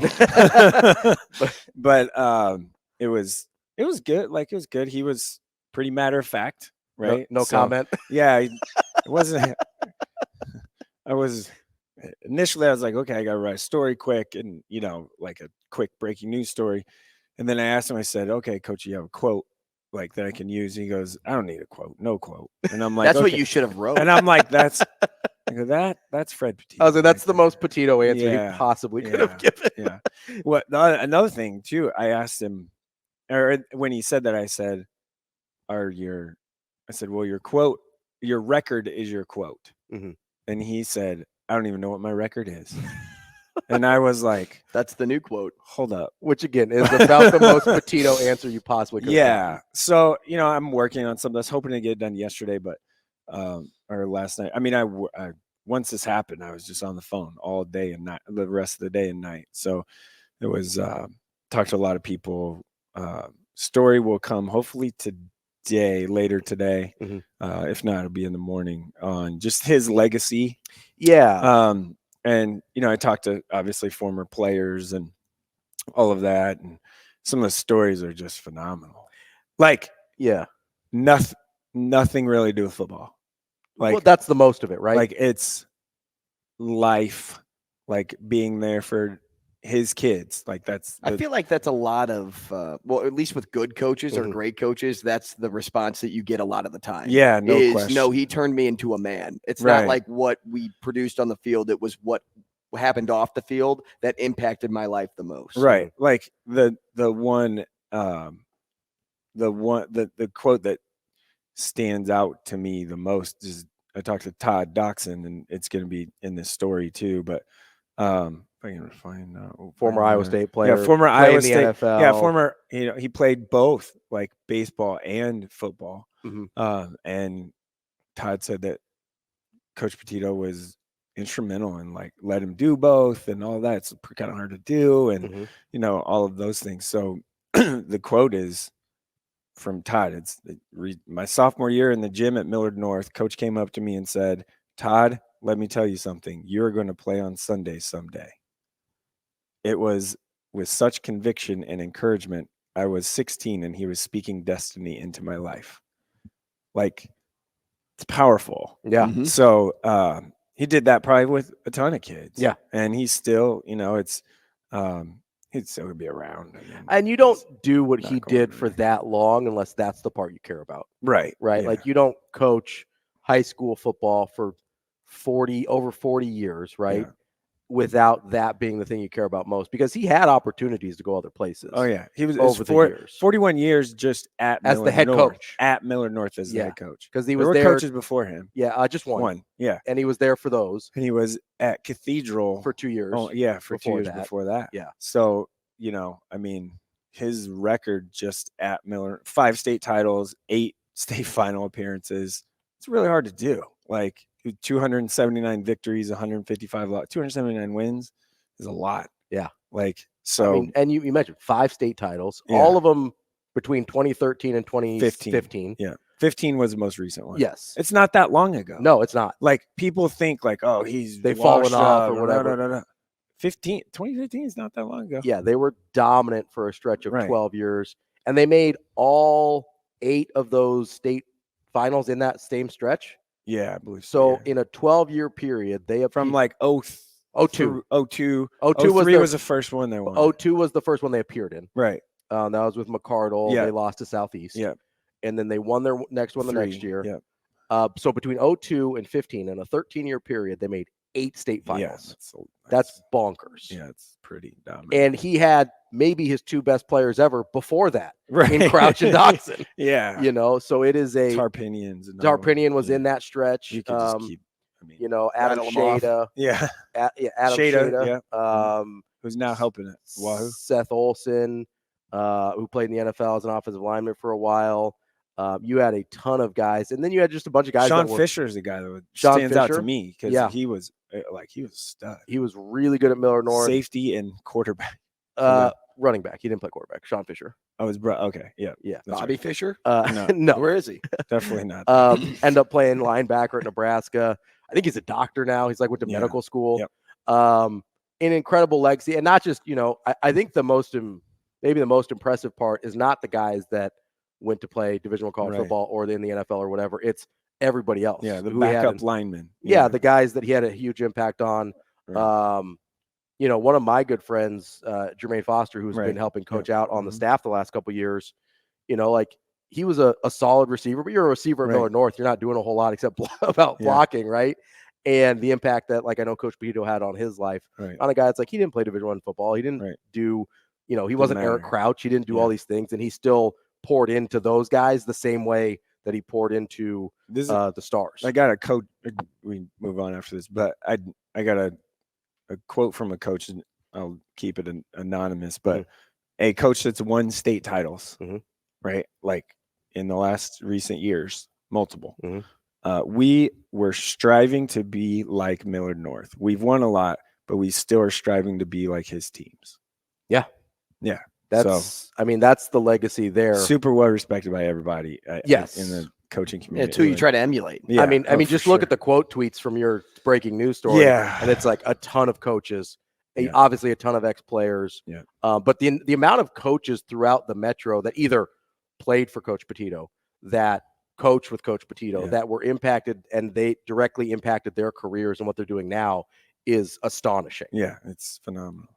Real quick, and if you've got a minute, we might keep you at 9 o'clock for just a little bit. Okay. I know you have to get on the phone and talk to some people, but real quick on the last thing on Petito here, who are some candidates, or where do you think Miller North goes? I think there's gonna be a lot. It's a good job, right? It's a really good job. Like it's a really good job. Okay, the school, high academic school, super high academic school. Great facilities, great support. They really care about winning and sports and academics. Tons of talent to draw from. Yeah, talent's there. You can also, it's an open school, so open enrollment. You can bring guys in. Yeah, like it's a really good job. Very intriguing job. I talked to a handful of coaches yesterday that are like very crazy. Or are you going to have sitting head coaches? Absolutely, apply 100%, for this job? no question. Like no question. Guys that are successful where they're at right now. Yeah, I know. Yeah. I talked to multiple 2 or 3 yesterday. Yeah. This is going to be our current head coaches that win. This is going to be a hot job for sure. This is one of the better jobs in the Metro. No question. Really. Yeah. No question. So that'll be interesting to see how that all plays out. Mike, stick with me for a second. Yeah. I do want to talk about Nebraska basketball. They kick off their season tonight. We will do that. Your kid is She's like, oh, you got to stay. Your kiddo's being a trooper here. We appreciate it. She does not seem to love the content as much as I hope our listeners do. But we will get to Nebraska basketball with Mike Sauter coming up next on Hurrdat Sports Radio, AM 590 ESPN Omaha and ESPN Tri-Cities. Kicking off hour number 3 here on Hurrdat Sports Radio. We are on AM 590 ESPN Omaha, ESPN Tri-Cities, and for this hour number 3, we are on KFOR in Lincoln. I'm Ravi, Lulla, Andrew Rogers here. Mike Sauter sticking with us for a little bit to preview Nebraska basketball. And Leighton, my kid. And Leighton. Leighton's here sticking it out. Being a champ, we appreciate it. She doesn't know that we're talking. She knows we're talking about her. She's ignoring. She is. She's not even looking at you. We are She's playing with her loose tooth. If you want somebody to pay attention to you, though, call Dyer Law. If you've got a personal injury accident, you need somebody you can count on, call the Dyer Law team to provide you with a helping hand. No matter what you're dealing with, call Dyer Law 402-393-7529 or visit dyer.law.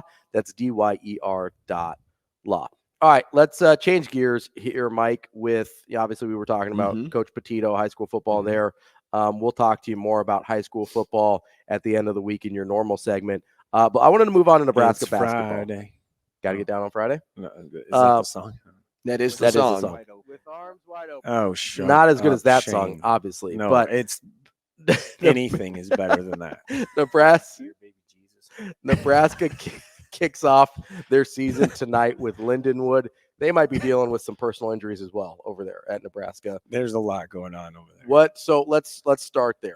Who do you think is actually going to be available That's tonight? very true. Well, they had 6 scholarship guys available last week against in their Doane exhibition. Yeah.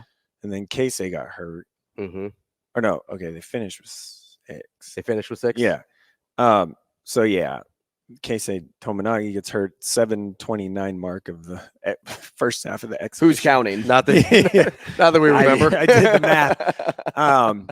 And I was like, when it happened, I was like, this can't be real. Like, this is not what is going on here. So, yeah. I think they're gonna get some people back. Matar is coming. Well, okay. Not only do they have like knee injury, Josiah Alec has knee injury. Rink Mass, has an injury. Yeah, has some stuff because of the off the court incident. Off the court incident that was unfortunate that happened to him for sure. That just the more I hear about that, by the way, it's wild. Super bizarre. Yeah, super bizarre. Yep. So not his fault. Just cruising along and there's somebody just beat him up. So yeah, Rink, like, is he available? Josiah, is he available? Don't know. Fred last week on Wednesday or Thursday said they had 4 guys come down with strep throat. This is after Matar drop, who, by the way, like, need to see this dude play. He is so athletic. Yeah. Like, skill-wise, he still has some work, but he is so long and so athletic. Fans will love him if he, like, gets in the game and just even for 5 minutes, because he'll make like a couple splash plays, right? Yeah. So the post, is a little questionable. Like, who's replacing Derek Walker? Yeah, well, Like, that was supposed to be Rink, right? But who's actually available? Yeah, who's actually going to be able to play is the one. I do think. I mean, should they have a problem with Lindenwood tonight, even if all those guys are out? Probably not. I mean, you have Lindenwood covering. Come on, man. Minus 21. Ramel Lloyd is still dealing with his knee. Blaze Keita is still dealing with his ankle. He said they're moving him along. He did some on-courty stuff. I mean, that's like a long ways away from him. For Keita. Yeah. Juwan Gary is also not going to play again for the violation of team rules. So yeah, might see some Cale Jacobson at the 5 again. All right, we did in the exhibition game. And he actually did, pretty well. So as they get through, kind of this first stretch of the season, I'm kind of thinking who the starters are going to be in my mind. I thought about that last night, and I was like, just wonder. There's a bunch. Eli Rice is a guy that played well, really well. How far off is Tominaga? Oh, he might play. Fred's on Thursday seemed very optimistic. Not near as bad as they initially thought. Yeah. He's been just limited minutes. Yeah, moving around and stuff. We'll see if they might. I don't know this, but it sounds like he might give it a go or might hold him out this game. So that'd be a plus, obviously. Yeah, it's not as bad. It's not like broken ankle or anything. Okay. Just rolled his ankle. Well, it was pretty bad. I mean, his ankle was on the floor. Yeah, you don't love to see that. It wasn't great. Now, we were talking to John Fanta last week, and he made a bold prediction right before he got off the air and said Nebraska will be marching this year. Do you think in the NIT. Well, I was going to He say, do you said- believe in the truth He said of March Madness? he said an Okay, NCAA. If tournament. you look at their non-conference, right?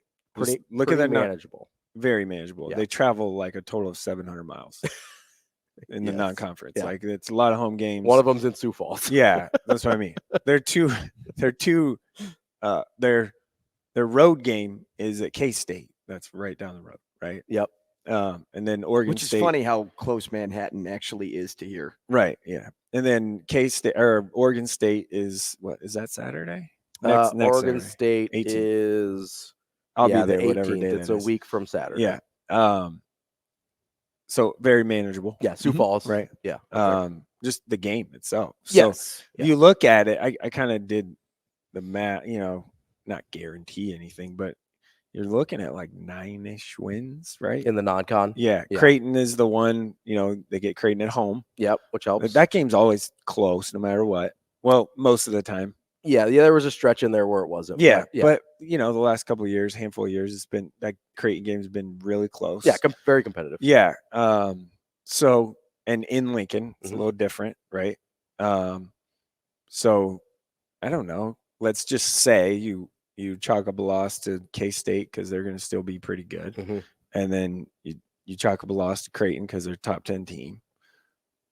You win the Oregon State game, you're at like 10-ish wins. Yeah. So like in the non-con, you're 10-2.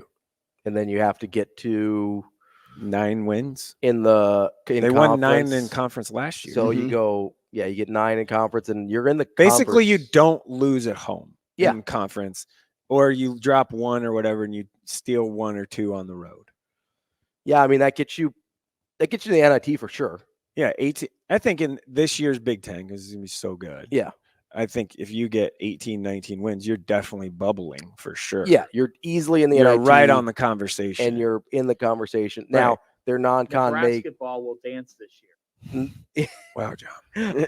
now the non-con schedule may hurt them a little bit on RPI. that front there, with the non-con. But they'll strength make of up for schedule. it. I think they did During that on conference purpose, right? They need it. You needed a runway. Well, to- so Yeah. based on last year's outcome, 16-16, how many more wins do they need to get to a point to where they are dancing? Like, is it five more wins? Probably Can 4 they or be? 5. Yeah, Can they I mean, be I 21 and think 11 and I be think if you marching? get to 19, anywhere 19 is probably the number. Okay. Yeah, just because the non-con, the RPI is going to Mm-hmm. be pretty low. Yeah, 19-ish. 19, 20 Now if they beat K-State at K-State, looks a little different. Wow, If Like, they get now either we're- K-State or Creighton, that obviously bumps it them a ton, dramatically. huge. And you got to almost bank on the fact that you can beat Oregon State, which is pseudo home game, right? Yeah, you need to be able to win that game. Are we? I know that we like some of the pieces, some of the guys they have back, some of the guys they brought in. Are we not paying enough attention to Walker and Greasel leaving? Like those are two of your better players last year. Not only Sam just on the court, but off the court, everything. he brought. Vanderbilt was Yeah, what, a top 5 scorer on that team, right, too? right. But Sam, the culture, Yes. the like community feel, and all of that, like he Was a huge thing last year. amazing with Yeah. that. It was huge. And Walker does. He was a pretty unique talent. Yeah, at that Walker spot. was unique. Yeah.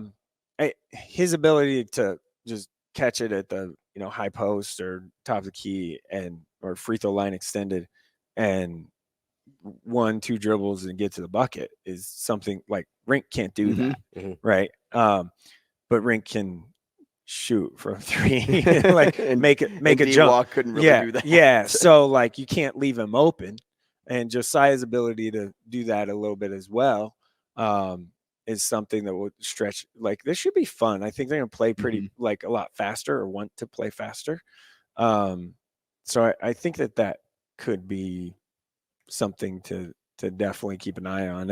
You're not just gonna what I call Doug Gottlieb him. The post when he catches it at the top of the key, right? Remember Doug Gottlieb? Yeah, I do He's remember. one of my favorite college Really? basketball ever. Okay, No question. that Yeah. doesn't super surprise me. Yeah, I feel like there's a I personality. grew up match in there. Tulsa, so I was an Oklahoma That State makes fan sense. as Yeah, a there kid. you go. Yeah. Like big country and Byron Houston and Brian Corey- Reeves. Yeah, Corey Alexander, all those guys. Like I grew up, rooting for, cheering for all those guys. And quick story time with Mike here. I did. I was a ball boy for Oral Roberts University as a kid. Nice. Okay. I feel like you've told me this before. Yeah, and Oklahoma State was like my favorite team, and for some reason, Oklahoma State agreed to play Oral Roberts in Tulsa at the Mabee Center. Yeah, that's weird. Yeah, they would never do that now, right? And that night, I remember the student manager who was in charge of us. I'm in like 4th grade, right? And the student manager who's in charge of us, I like begged him to be Oklahoma State's bench that night, and I did. And I like went in the locker room and all that stuff. I still have like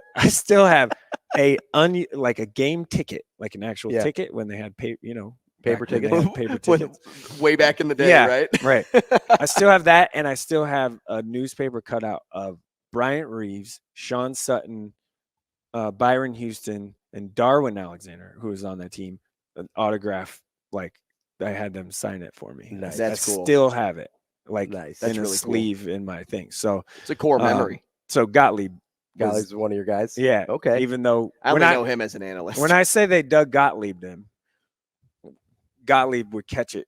He's a point guard, and they would stand at the free throw line. They're like daring him. Yeah, he couldn't shoot for anything. Yeah. So that was He was like an old school point guard, like a distributor. Really could pass it and all that stuff. I don't. So Nebraska, you think NIT is a very reasonable goal? Yeah. Oh yeah. Yeah. NCAA tournament's like a stretch goal, but reachable, but a little bit of a stretch. I think it's reachable. It's just a matter of like, one, how good is the league actually really going to be? Because the league's going to have to be good to can bump you up go their strength of and schedule. Can you go on the road and beat Minnesota or whoever? Something. You have like to beat like a Minnesota on the road. Have to beat like a Northwestern on the road. Play teams that Northwestern's good, but they're not like. I mean, maybe Northwestern's a bad example. Yeah, that's a bad example. But Rutgers is actually going to be pretty good. Rutgers should be pretty good again. But again, those are the kind of teams that if you're going to be in that conversation, the Rutgers and Minnesotas, you have to be able to beat. At least split those series. You mentioned if they just don't lose at home, which I mean, like they play Indiana at home. Wisconsin is, it's how much of a dark horse do you think they are to make Iowa deep game tournament run? Who? Wisconsin. Who, a deep one? Yeah. Like I look at them as a true dark horse to make a deep run in the tournament this year. A lot of depth on that team. Yeah, I know. Or like a Michigan at home this year. Like at Ohio State, or Ohio State comes to Lincoln. That's one that maybe, because they had a bunch of roster turnover. Iowa, frankly, like they're just always competitive. That'll be. But like at Iowa would be a good win if they could go to Iowa and get a win. There's not a ton of road games that I look at and like, that's winnable. Yeah, at Rutgers, tough, right? But the one, because that's one of like the toughest. At Maryland, maybe. Yeah, maybe. So those are the ones. And by that time, they might have just been all out on their packed it in on the season. No, I'm saying they're fans or something. So it's tough. Like it's the handful of road games in. You have Rutgers twice, one there, one in Lincoln. Purdue is home game. They should have beat them last year. Yeah, I don't know that you can expect that. Well, they should have beat them last year. I understand that, but Purdue's a lot better than Nebraska. And Michigan State comes to Lincoln. Michigan State's for a also Sunday a lot better 5:30 game. Imagine if that was on Saturday at 5:30. That'd be a nice one. Be a little different. A little bit different. A little bit different. I don't know. The outcome seems probably be the same. I'm just saying. So any other thoughts on Nebraska ball before we let you go? Yeah, I'm pretty optimistic that they're going to be all right if they can figure out the health stuff. Yeah, if they can get any sort of healthy. Man, yeah, they're going to shoot it better. That's the idea. For sure. Yeah. They're like I said, the bigs can stretch it a little bit more, which helps. Intrigued by, Jamarcus Lawrence consistency is something that's going to be super key for them. If he can play hard all the time. If he plays like he did against Doane in the second half, that'll be huge for them. Like all the time. That'll be huge for them because, point guard feels like it's going to be sort of by committee. Yeah. It's not a traditional. They're not going to play like a traditional. This one guy brings the ball up, right? Yeah, like, you don't have like the guy. Yeah, that just isn't going to happen. But I think it should be fun. Like I think they should be all right. I think NIT is a very real possibility for sure. And then a little bit if you can win a couple games there, you jump up. Do you have any concern, and we'll let you go on this one, do you have any concern about the non-traditional point guard situation in years past when Hoiberg has tried that? And I get it was with different guys that were not as good of fits necessarily, but that's been an issue in the past when they didn't have a traditional point guard.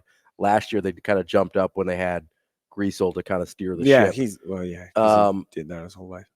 How concerned are you about a lack of a traditional point guard here? Not really. Okay. I don't think so. I'm more concerned like who's going to play the wing, because there's like a ton of dudes. Like the minutes are going to be tough for that. So, you have Wilcher. Sam Hoiberg's going to probably play. So like tough kid. So Jerron Coleman is not he's not a point guard, right? Like they tried to make that happen. Right. The Aaron Eulis thing, I'm just going to go ahead and guess he's never going to probably see the floor. I think that's fair. Yeah. He's still practicing and everything, but I'm just going to go ahead and throw that one out, that I think that's probably not happening. And that was the guy that they wanted to be the point guard. Yeah. So, Bryce Williams they have a lot of size. It's just they've got some pretty good size on the wing. They've got a lot of, right, that's what I mean. There's 6'7", a lot of 6'6", 6'7", 6'8" guys on the wing. Yeah. It's just the point guard spot's a little dicey. Yeah, a little dicey. Casey obviously is not a point guard. No, not in the traditional. Boy, sense. you can run him off some. You can run him off some screens though. Yes, you can. Yes, you can. And he will fire away. You can. Him running baseline, just running the baseline, getting 4 screens, I think is going to be something. That's the offense right there. Yeah. The whole, just get to the corner. Just everybody runs around, right, waiting for Casey to get off a screen there. Okay, Sauter, we appreciate it. Thanks, Mike. Have a great day. Go take Leighton wherever she needs to go. Well, she's got to go to work with me first. Oh, well, that seems fun. Yeah. You excited? Thumb up or thumb down? Thumb down. You have snacks. You have your computer. You'll be fine. I mean, it's better than you still don't have to be excited. It's better than school, Leighton. What are we doing here? Come on. She likes school. Oh, so this isn't better than school. It's definitely not. She's one of those. Yeah. Sauter, we appreciate you coming in on short notice. We'll see you on Friday. See ya. See you, Mike. I do want to stick on Nebraska. Just do predictions on our side real quick, and then let's do college basketball as a whole, because I don't know if people remember, college basketball kicks off tonight. Creighton, it is opening day. We both love college basketball. Creighton kicks off tomorrow, so we'll do our Creighton preview stuff tomorrow. But I'm kind of there with Mike. I've got just kind of, it's sort of a tricky endeavor, but kind of ballparking the schedule. I think I had them around like 18 wins, which seemed about right to me. Conference play is going to be tough. There's not a lot of road games in conference that I think they can steal. And there's certain teams that probably beat you at home just because of their quality. So I landed on about 18. I think I got to about 9 or 10 out of conference and 8 or 9 in conference. How are you? Which to me, that puts you squarely in the NIT. Right. And I kind of based my knowledge off of people that know a lot more than me, like Mike Sauter, who's walking out, and John Fanta, who we talked to last week. If John Fanta, though, thinks Nebraska ball is going marching this year, Nebraska ball will dance this year. I am going to make my prediction based off how they get there. Okay. And in order to get there, I had them at 20 wins. 20 wins? I had them at 20 and 12. All right. I think they play 32 games. It's 31 or 32. It's somewhere around there. I honestly, I lose track of count. But I have them at 20 wins for that reason. And I know, as you said, you were going through the schedule and you're like, I don't really see them stealing one here. Well, if they want to get to a point to where they are, they're gonna have in to the steal NCAA tournament, you have to steal at least 2. And I don't know what 2 they are just yet, but I think Nebraska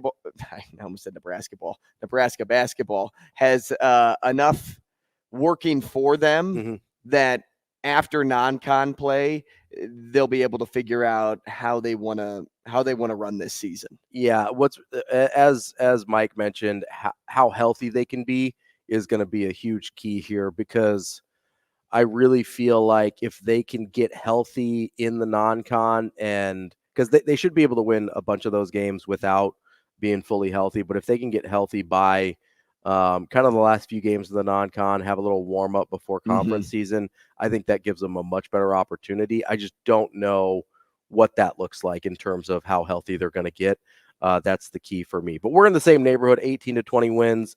I think you're in the solid NIT to bubble NCAA conversation at that point, and that's a huge step in the right direction. Yeah, if you for can be an Nebraska. 11 seed, you come in and you play one of the first 4 games even, why not? Yeah, right? absolutely. Why not? I mean, shoot, if you're not an 11 and you're a 13, who cares? You're there. Yeah, I mean, I could very easily see him as like one of the 12s in a play-in or something like that. Like, there's not a huge gap between those teams and the teams in the NIT. So, if the conference is as good as we think it's going to be, then they could very easily sneak into one of those spots as a kind of a play-in 12, just based on the strength of the conference. It's really just a matter of how well these transfers gel. Yeah.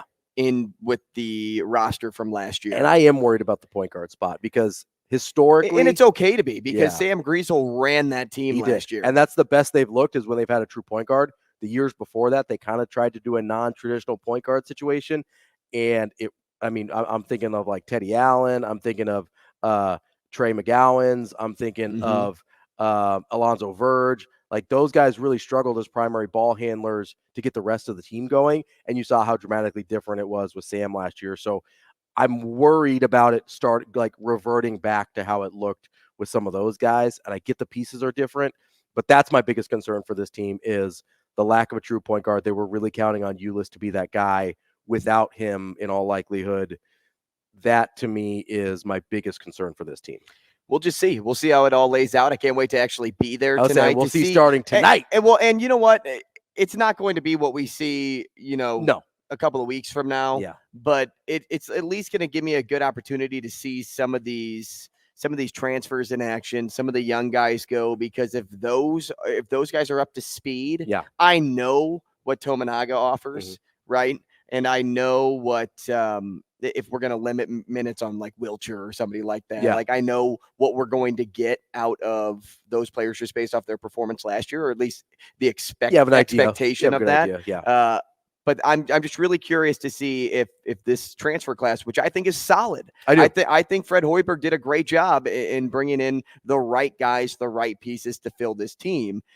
I'm just curious to see if they are up to speed with what the want is at Nebraska this year, what they want to get accomplished. Are they going to be running solely through a certain player like they did last year? And if not, how are they going to spread the ball around? Because without a guy like D Walk, and I know I'm bringing him up again, but he was your X factor. He was so important to that team. That's why I asked Mike that question, because it seems like we're expecting them to take a step forward despite losing their 2 best players from last year.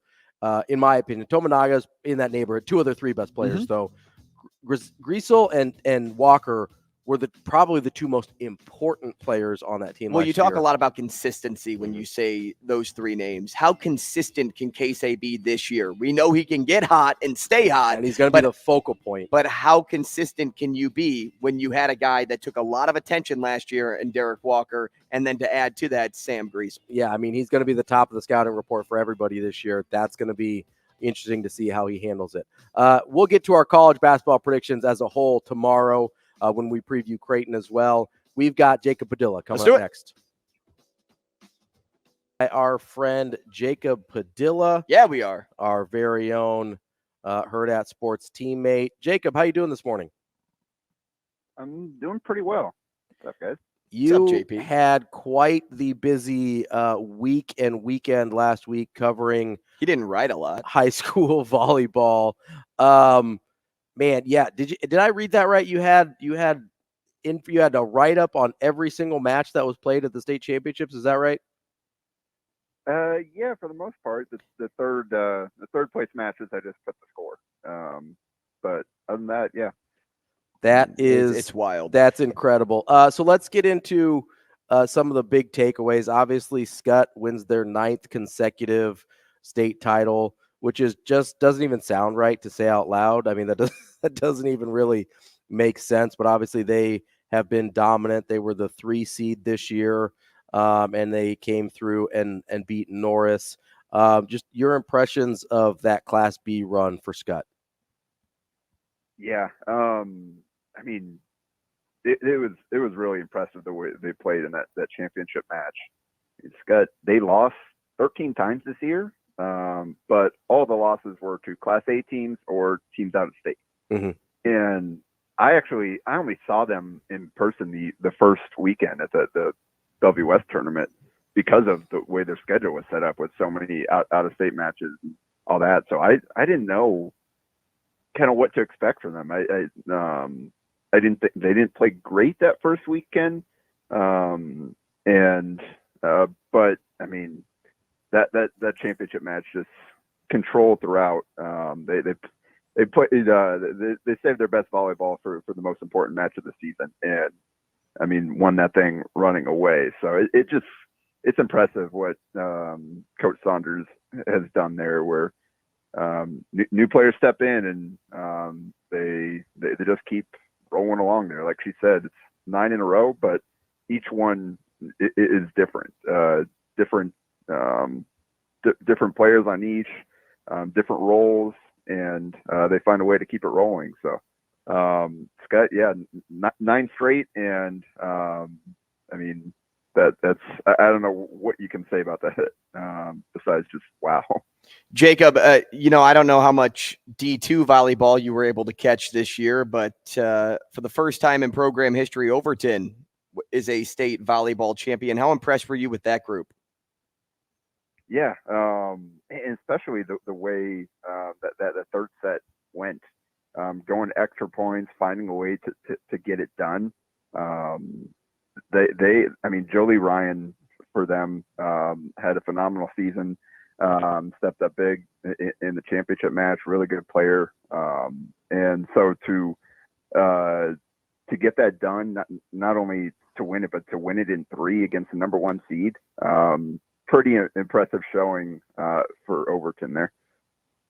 Jacob, I want to jump over to Class A, where Lincoln Southwest wins the title without dropping a set in the tournament. But maybe the bigger story, at least early on in the Class A tournament, was Papillion La Vista knocking off rival Papio South in that first round in a 1-versus-8 matchup. I guess, how surprised were you to see Papio South bounced like that? And then how impressed were you with Lincoln Southwest run through the tournament? Yeah, quite a bit for the upset there. Papillion La Vista is the only team that has beat Papio South this year, but Charlie Solomon, who is one of their best players, a kind of hybrid setter, hitter there for them, she didn't play in that match, and so it's a little bit different. They were at full strength for the state for the quarterfinals there, and not only did Papillion La Vista go win that, they won it in 4. Like, it didn't even. I mean, they played an incredible match there. Just Faith Frame, their libero. She's headed to Cincinnati. She was unbelievable. I literally left it all out there. I mean, on the match point, she cramped up midpoint. So I don't know what would have happened if Mia Taverdi hadn't terminated on that point, because she was down on the ground. If the ball had come back over the net, they would have been in trouble. So that was a really impressive showing by Papillion La Vista. And they've got Frame I mentioned, Mia Taverdi is going to Oregon. So 2 high major players plus some small school commits as well. That was probably more talented than the normal 8 seed that you would find in a tournament like this.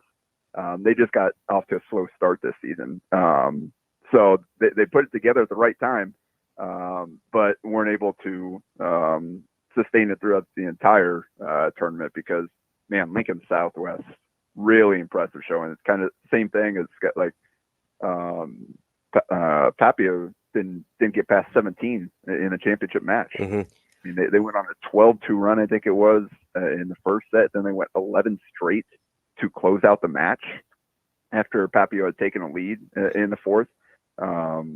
Just really impressive team. It's a senior-led group. Their setter, Malaya Long, is going to Marquette, and I haven't seen them play much this year just because the way the schedules worked out and everything. I was really impressed with her. You could see just watching a handful of points, like, okay, yeah. You can see why she's going to a really good program like Marquette, just the way she impacted the game in so many areas. And then Emerson Lineberger had a really good tournament as well. Outside hitter there. She's going to Air Force. Led them in the championship match and had a couple other good showings as well. So they've got Maddie Rink is going to Northern Colorado. So it's a senior-led group. It's a talented team, and they just played really good volleyball, played really well together defensively. That was kind of the key to that match. They completely shut down Papio's best hitters and just control that match throughout there. 0-34 hitting. Papio is out in the championship match. So that'll get it done for you. Jacob, I want to take advantage of more of what you offer, not just on the volleyball scene, but basketball especially. A big commitment for Nebraska women's basketball yesterday in Britt Prince. And I'm curious, what do you think Nebraska's ceiling is with a player like her on their roster for the next 4 years? I mean, got to continue to fill out the pieces around her, but she is absolutely a ceiling raiser. She's as complete a player as I've ever seen at the high school level. I don't really know. She's pretty much good at everything. Can handle it, can shoot, can pass. Is a playmaker on defense. Can go up and rebound as a guard. Really crafty finisher. Like some of the stuff that she does, you just typically don't see in girls basketball at the high school level. So yeah, she is a massive get for Nebraska there. And if they can continue to, I know she slipped in the rankings. She was injured, wasn't able to play this past summer, so dropped from 10 to 28 on ESPN's rankings. But I think the first ranking was probably more accurate. So like kind of my view, she's the highest ranked recruit they've landed since Jess Shepard. And obviously that was at the tail end of Connie Yorey's time there, and things kind of went a little sideways there with Shepard. So they weren't able to really turn that into major success. But I think Nebraska will have a much better chance to do something special once Prince gets to town there. And they've got some pretty good commits already on the way as well, some other guards. So I think they've got a chance. I mean, their young bigs showed some potential, and Natalie Potts in particular in their exhibition game. So I think there's a lot to be excited about for the future in Nebraska women's basketball. That's Jacob Padilla, our teammate here at Hurrdat Sports Radio. He used to obviously cover for Hale Varsity and became part of our team, Hurrdat Sports here. Jacob, when do you switch your attention from volleyball to, I know you're covering quite a bit of basketball this year too. When does that switch happen for you? Well, it's already kind of happened. Break tomorrow, so yeah, I'm doing everything at once. That's kind of how I do it. So I'm always thinking about basketball. So I can multitask. Always thinking about basketball. That's why we love you, Jacob. Jacob Padilla, Hurrdat Sports. Make sure you check out all of his work as well. Jacob, we appreciate you as always. Yep, thanks for having me, guys. Thanks, Jacob. That's Jacob Padilla, our teammate at Hurrdat Sports. Coming up next, we're going to talk to Nate Davis from USA Today about the NFL and what happened this weekend here on Hurrdat Sports Radio. We are joined now by Nate Davis. He covers the NFL for USA Today. Nate, how are you this morning? Good. How are you? We are doing well. Let's jump right into it with the NFL from the weekend. More impressed by the Eagles win over the Cowboys or the Chiefs win over the Dolphins? I guess equally impressed. I mean, I kind of expected both of those outcomes. I don't know. Yeah, I wish I had a better answer for you. I guess the Chiefs, given that the game was a home game for them, that they surrendered to play in Germany, and those guys the Chiefs were on the ground Friday, whereas the Dolphins spent most of the week over there. So the Chiefs had a little bit more acclimating to do. And they didn't do much offensively, but I mean, also defensively, they shut down that number one offense for a good chunk of the game. I think it was the first time in 40 games the Dolphins hadn't scored, at all before halftime. So, even though the Chiefs still not kind of the explosive Chiefs we're used to, they sure are playing well defensively, and there's no probably bigger test in that Miami offense. So let's give it to them. Emergency alert! CJ Stroud in the building. Let's talk about CJ for a moment here, Nate, because if you would have asked me coming out of the NFL draft that he would be putting up the numbers that he is, I probably would have laughed at you, just knowing that it's a Houston Texans team, and I would have probably leaned more Bryce Young in that moment than I would CJ Stroud. How impressed are you with what he's shown so far this season? And is he the guy that you kind of had the highest expectation for coming out of the draft?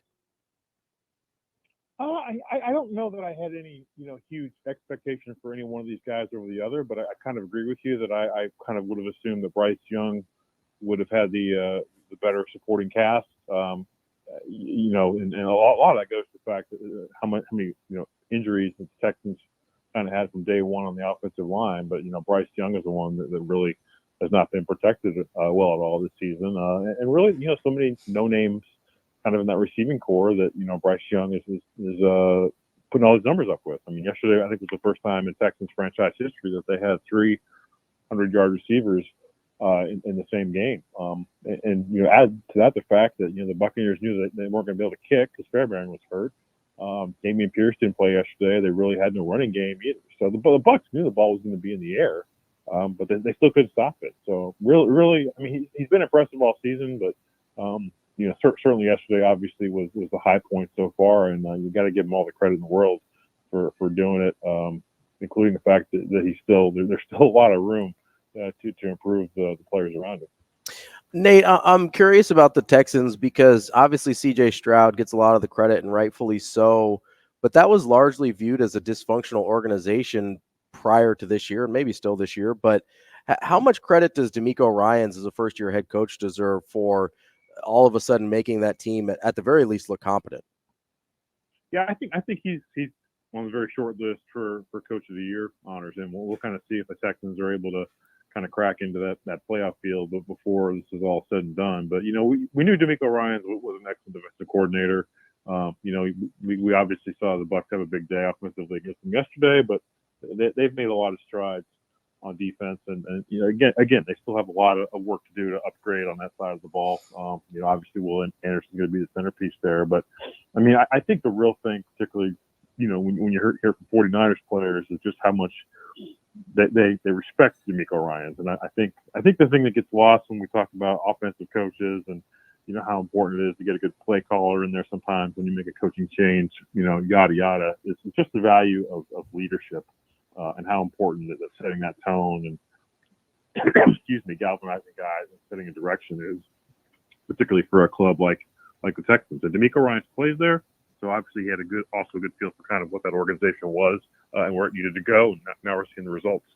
Nate, whether it's a team that is, atop their division or at the bottom of their division, give me one team now that we're halfway through the season that has, exceeded your expectations on who they were coming into the season, and one team that just hasn't lived up to the expectation, or at least the bar that was set for them because of how they finished last year.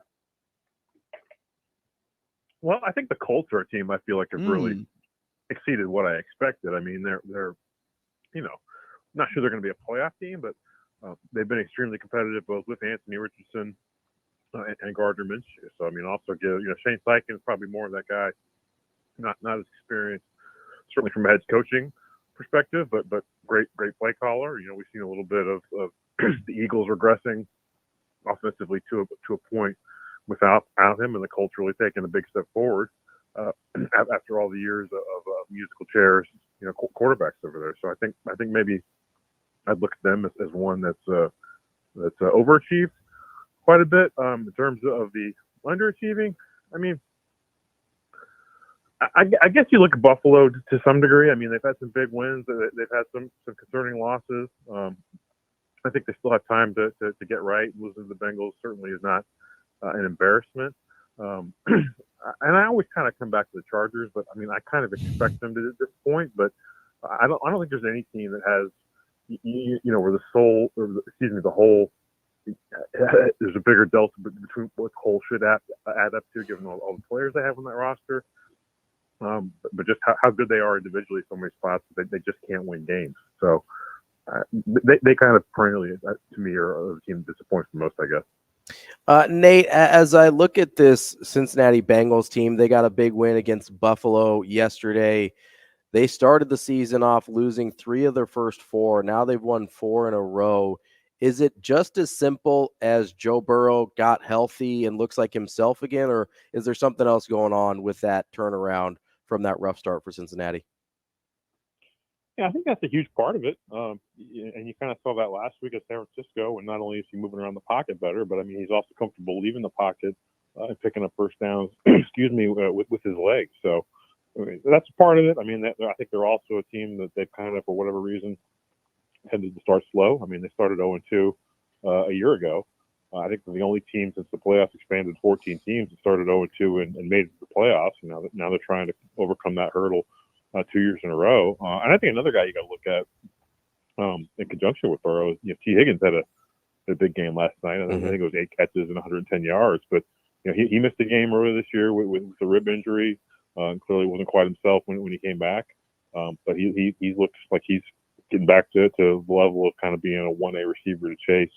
And definitely a guy that wants to have a big year because he's going into free agency. So I think definitely that they're a team that things are starting to kind of fall into place for them, and we're seeing the results. Nate, seemed like the perfect time for the bye week to hit San Francisco after losing 3 in a row. They got off to such a quick start, such a booming start, but then it's kind of trickled off. Some problems being attributed to Brock Purdy, some and other facets of that team and of the way that they play. Do you see the 49ers as somebody that is going to feel rejuvenated after a bye week coming off of 3 losses? I mean, for me, the 49ers dominated the bye week. I mean, Trent Williams should be feeling better. Deebo Samuel should be feeling better. Chase Young is joining, their defensive line, and then the Seahawks get blown out and drop back into a first-place tie with the 49ers. So I'm not sure their week off could have gone a whole lot better. And kind of is. I mean, Brock Purdy has done a great job kind of navigating what he's supposed to do within the framework of that offense and even outside of it. But when you don't have Trent Williams blocking for you, when you don't have Deebo Samuel, it's such a big part of that offense kind of available. And not for nothing too. I mean, they should have won the game in Cleveland if their rookie kicker could hit a 41-yard field goal there. I don't know if I'm going to end up regretting this, but I'm pretty much kind of writing off most of this 3-game losing streak as a bad spot in the season, some bad breaks, some bad luck. And certainly some injuries, and I think that they'll probably come back very strong. Nate, Andrew and I have both been wondering about the move that the Bears made to trade for Montez Sweat. Obviously, I'm the only one losing sleep over it. Yeah, they obviously signed him to an extension as well. Just for a team that obviously has a lot of issues and is struggling in a lot of places, I guess how much does that move make sense in terms of how much does it actually move the needle in terms of actual wins? Well, I mean, obviously did not move the needle very much yesterday. Thanks for reminding me. Yeah, I mean, I'm not sure that he's a player that's going to be one you can build a defense around. I mean, obviously he was part of a very deep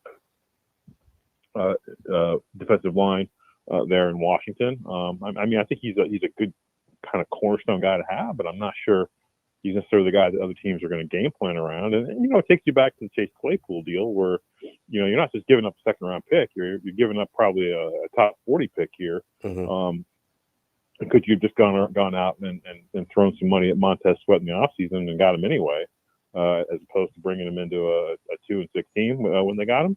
And also could have maybe gone after Chase Young at that point, or Josh Allen, or Daniil Hunter, or whatever. But they went this route of Montez Sweat. I mean, obviously it was important for them to get him into into the building.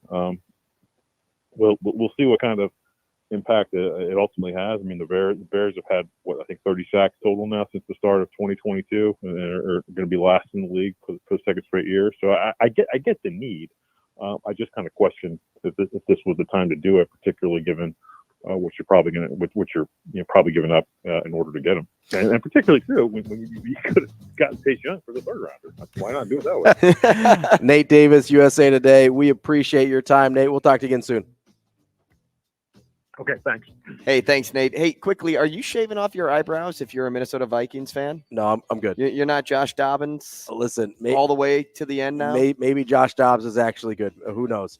That's all for today. We'll be back tomorrow with more Hurrdat Sports Radio.